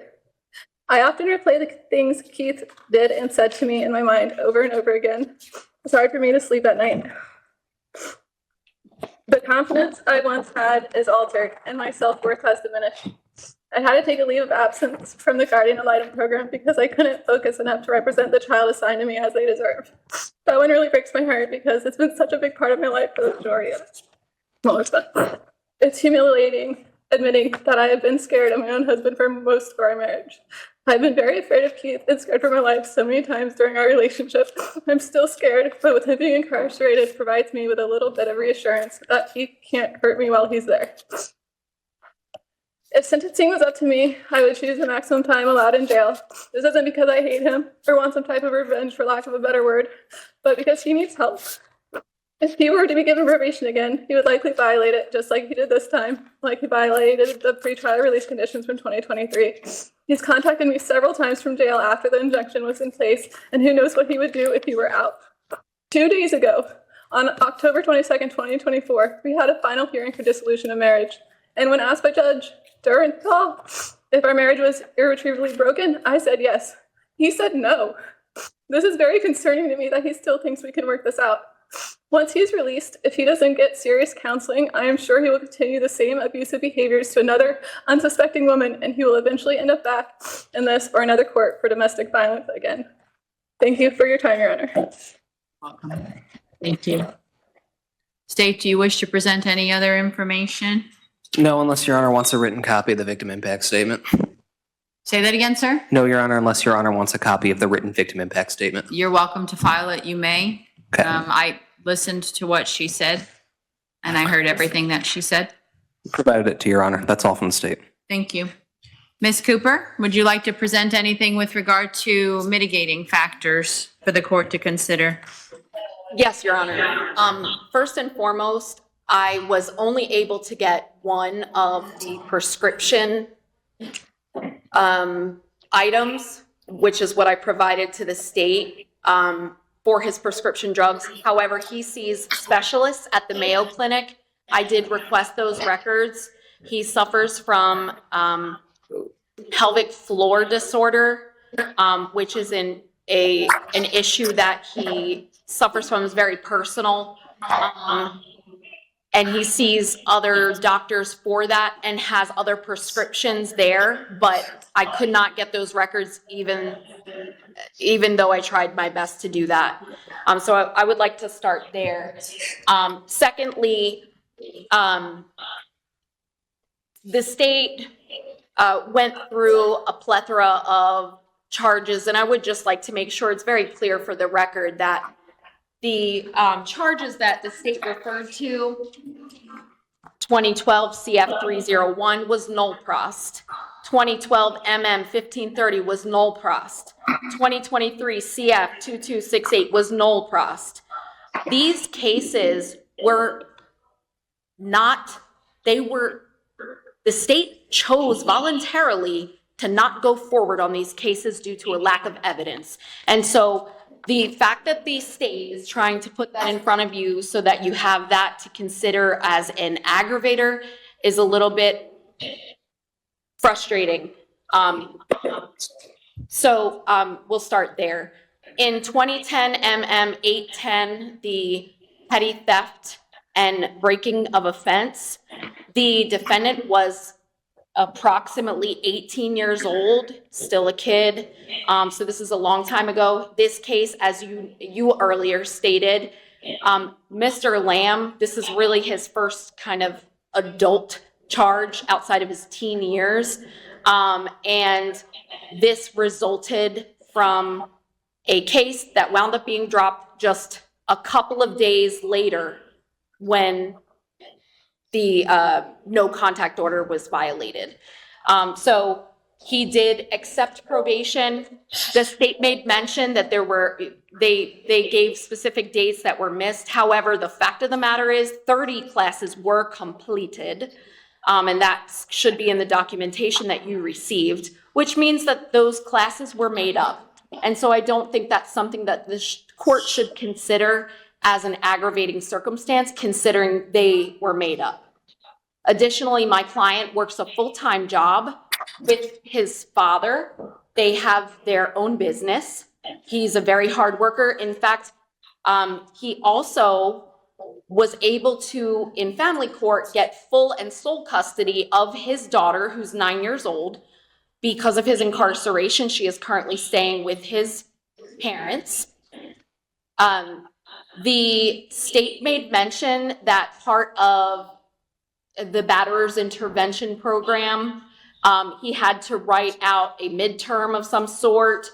And I would like to just make sure it's clear for the record. Mr. Lamb does not have the neatest of handwriting, and he asked for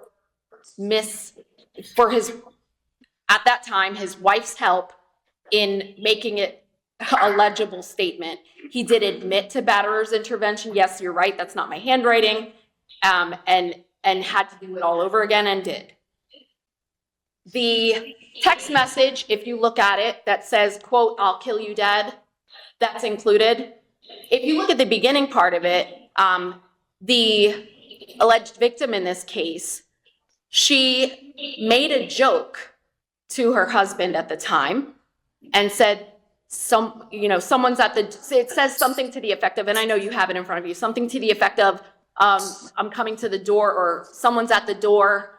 And this is obviously they're sharing a space, a shared home. And he says, "Who is it?" And she jokes, "It's the cops, ha ha ha." Him not thinking that's funny, because no one wants the cops coming to the door, jokes back, "I'll kill you dead." It's not even really how, Mr. Lamb speaks. It was a joke in response to a joke. And so that text message exchange is being used to kind of vilify Mr. Lamb. But as you can see in that text, there's two jokes going back and forth. It's both in jest. Additionally, I previously stated that the state was going to play the audio of when Mr. Lamb and his wife were together in the shower. They played that. I assume you could hear the water because they were in the shower. The defendant was talking about a hypothetical situation, and it was in response to the alleged victim also talking about a hypothetical situation. And I'm actually going to let my client talk about that. So I'll let him take over on that. Okay, Mr. Lamb, I would just remind you, you're still under oath. Yes, yes. You may proceed, sir. I'm listening. Where did I start at? Sorry, Judge, give me 1 second.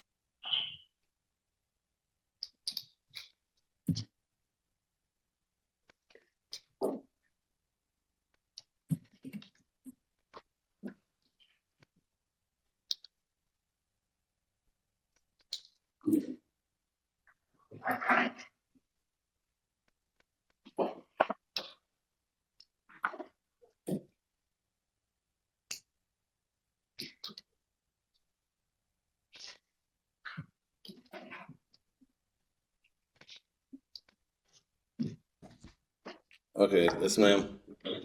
So I'll start with the drug screening from whenever I failed my drug screening. I was going to many different urologies and I had the prescriptions of the drugs that they said I failed on, and I had the marijuana card. I had it all. With I had pelvic floor dysfunction for about 6 years now, and it hurts to pee, it hurts to poop, it hurt that's a serious matter I have. It's like having kidney stones all the time. So with the Batter Adventure program, I was taking all them classes. I did with the handwriting part with my wife that time wrote that for me. I had it all written down already, and I just asked her to copy it for me so it would be in a nicer, neater handwriting. And whenever I presented that, they said, "Oh, well, this ain't your handwriting." And I admitted to that. Yes, ma'am. I had my wife do that for me. And Can you read it? And you redid it for them. Yeah, and I did it again. I had to do it again.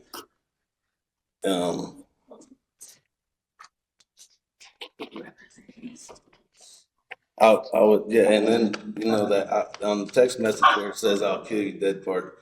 It was a joke. Everything was a joke. We was talking, afterwards, it was just, she told me, "No, babe, just go inside and turn the light on, leave the light on for me."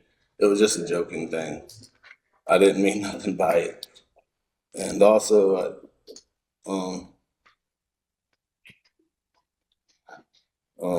with the window situation that she was mentioning, that I broke a window. Man, I was staying there with her. I just left the house that day, just that morning. I locked myself out. I was going fishing that morning, and she was still sleeping. I locked myself out of the house, and I went in there, tapped on, and knocked on the window, and it broke the window. I didn't mean to break the window at all.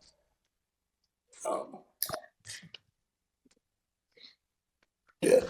I did not pay for the window. The only reason why I did not pay for that window is because whenever I came back, her dad was already in. She thought it was her brother that broke her window. And whenever I got there, she told me, she's like, "Oh, babe, my brother found out where I lived." I guess she has like a 50-year restraining order on her brother. And she's like, "Oh, he found out where I lived and broke the window." I was like, "What? No, why didn't you call me first? I would have told you that I did that." And I just got back from fishing. There's no alarm that went off. I didn't run. There's nothing like that. Have you ever threatened to I kill never- her or dump her body? I never threatened her. I Something never like had threatened to kill her. I loved her. I didn't threaten to kill her at all. I mean, I was married. I would never do that. So you think she's lying? Yes, ma'am. Yes, ma'am. She's a lot of things that she just said in there. Why would she lie though? Why do you think she's lying? So, well, to keep me in here, I guess. I don't really know, ma'am, why she's sitting there saying all the things that she was saying. She said a lot of stuff that was never true. What about the batterers intervention program classes where she said you forced her to sit there? Yes, ma'am. The battery intervention classes, you know, she said that I forced her to sit in the room. I never would do that. No, ma'am. I have to ask her that, "Hey, listen, nobody can be in the room." That's why I had to go to their office to take the class. Said somebody's in the room with you. She would never leave the room. She wanted to sit there and listen to everything. Do you guys have trust issues? Talk about, I think.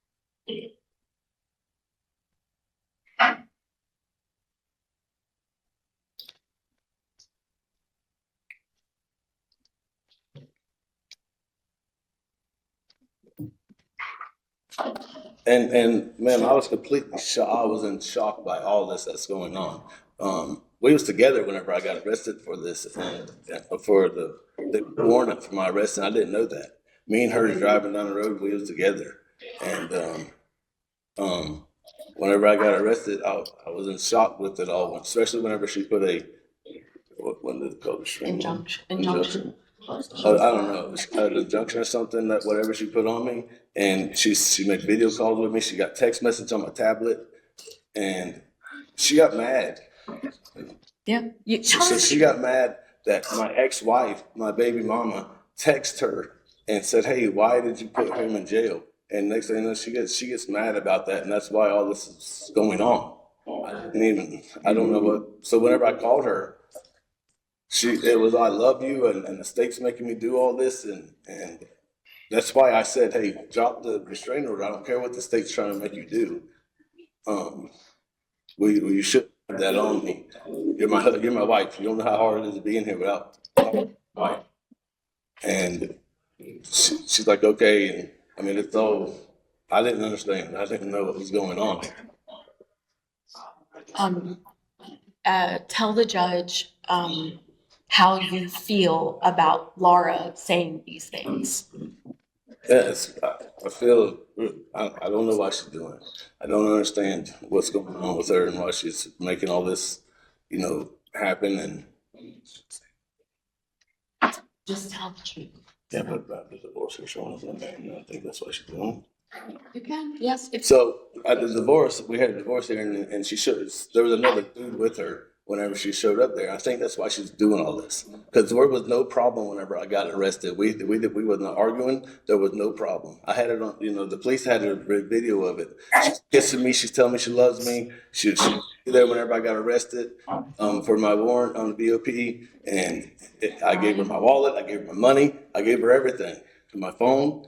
And she deleted, my mom had to go get my phone, and she deleted all my daughter's pictures off of it. She was she tried to tell my daughter that, she's number one in my life and not my daughter. And it's just, ma'am, I don't understand why she's doing it. I just don't get it. Now, will you be able, now that you know that she's doing this and you know she's telling the court she doesn't want contact, will you be able to abide by that? You understand it does not matter. Sorry, Judge.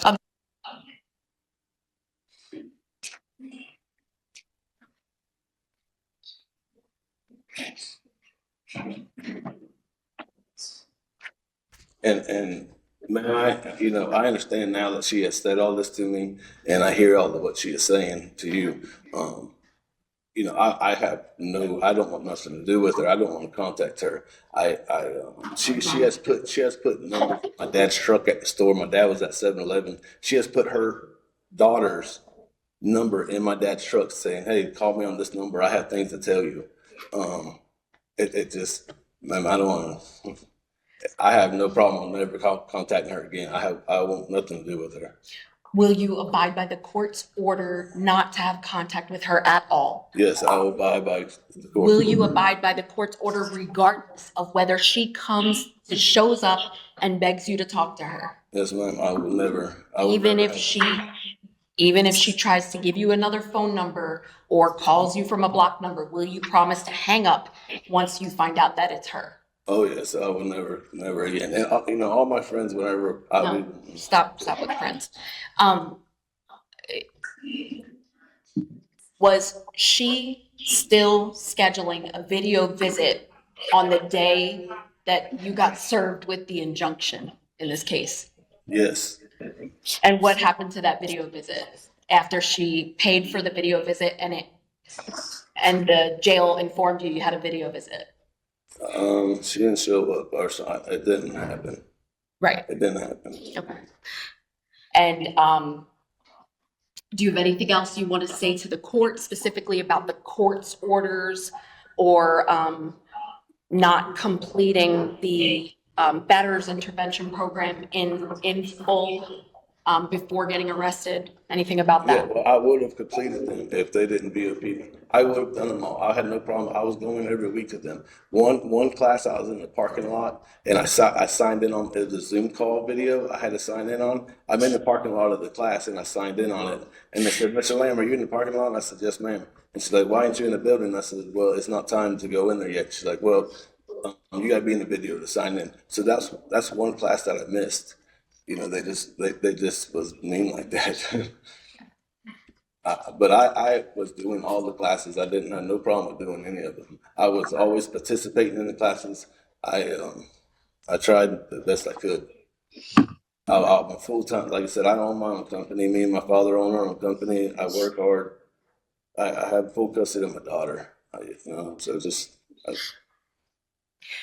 Now that you and Miss Middleton are divorced, do you have absolutely any reason to ever contact her? No, ma'am. There's no reason to contact Laura again. Okay.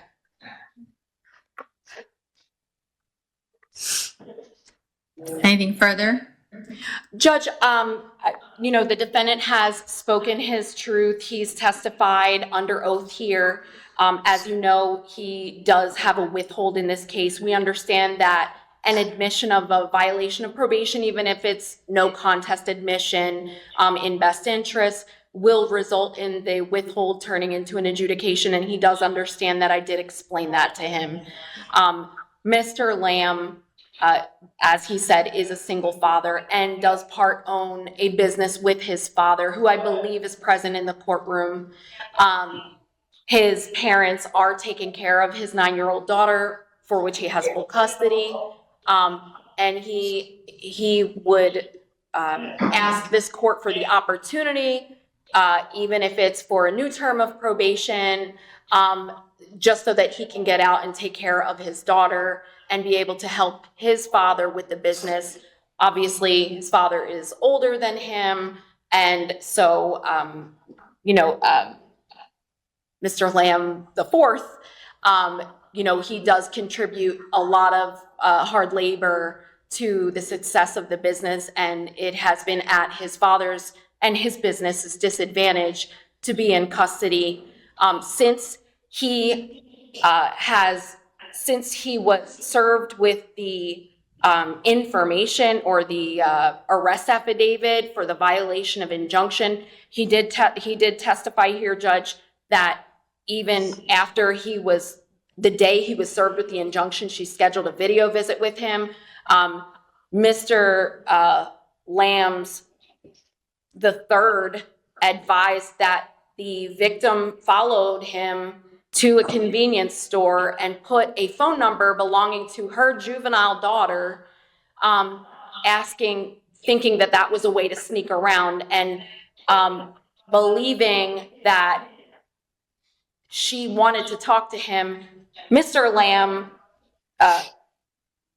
violated the law of talking to her after having this. I had a very long conversation with him, of which he was very confused. And I know that it is something that defendants get confused about because they think of the no contact or the injunction as, well, if this person wants to talk to me and they're saying, call me, I don't understand. I had lengthy conversation with Mr. Lamb. I explained even exactly, it does not matter if there's an injunction where you are ordered by the court not to have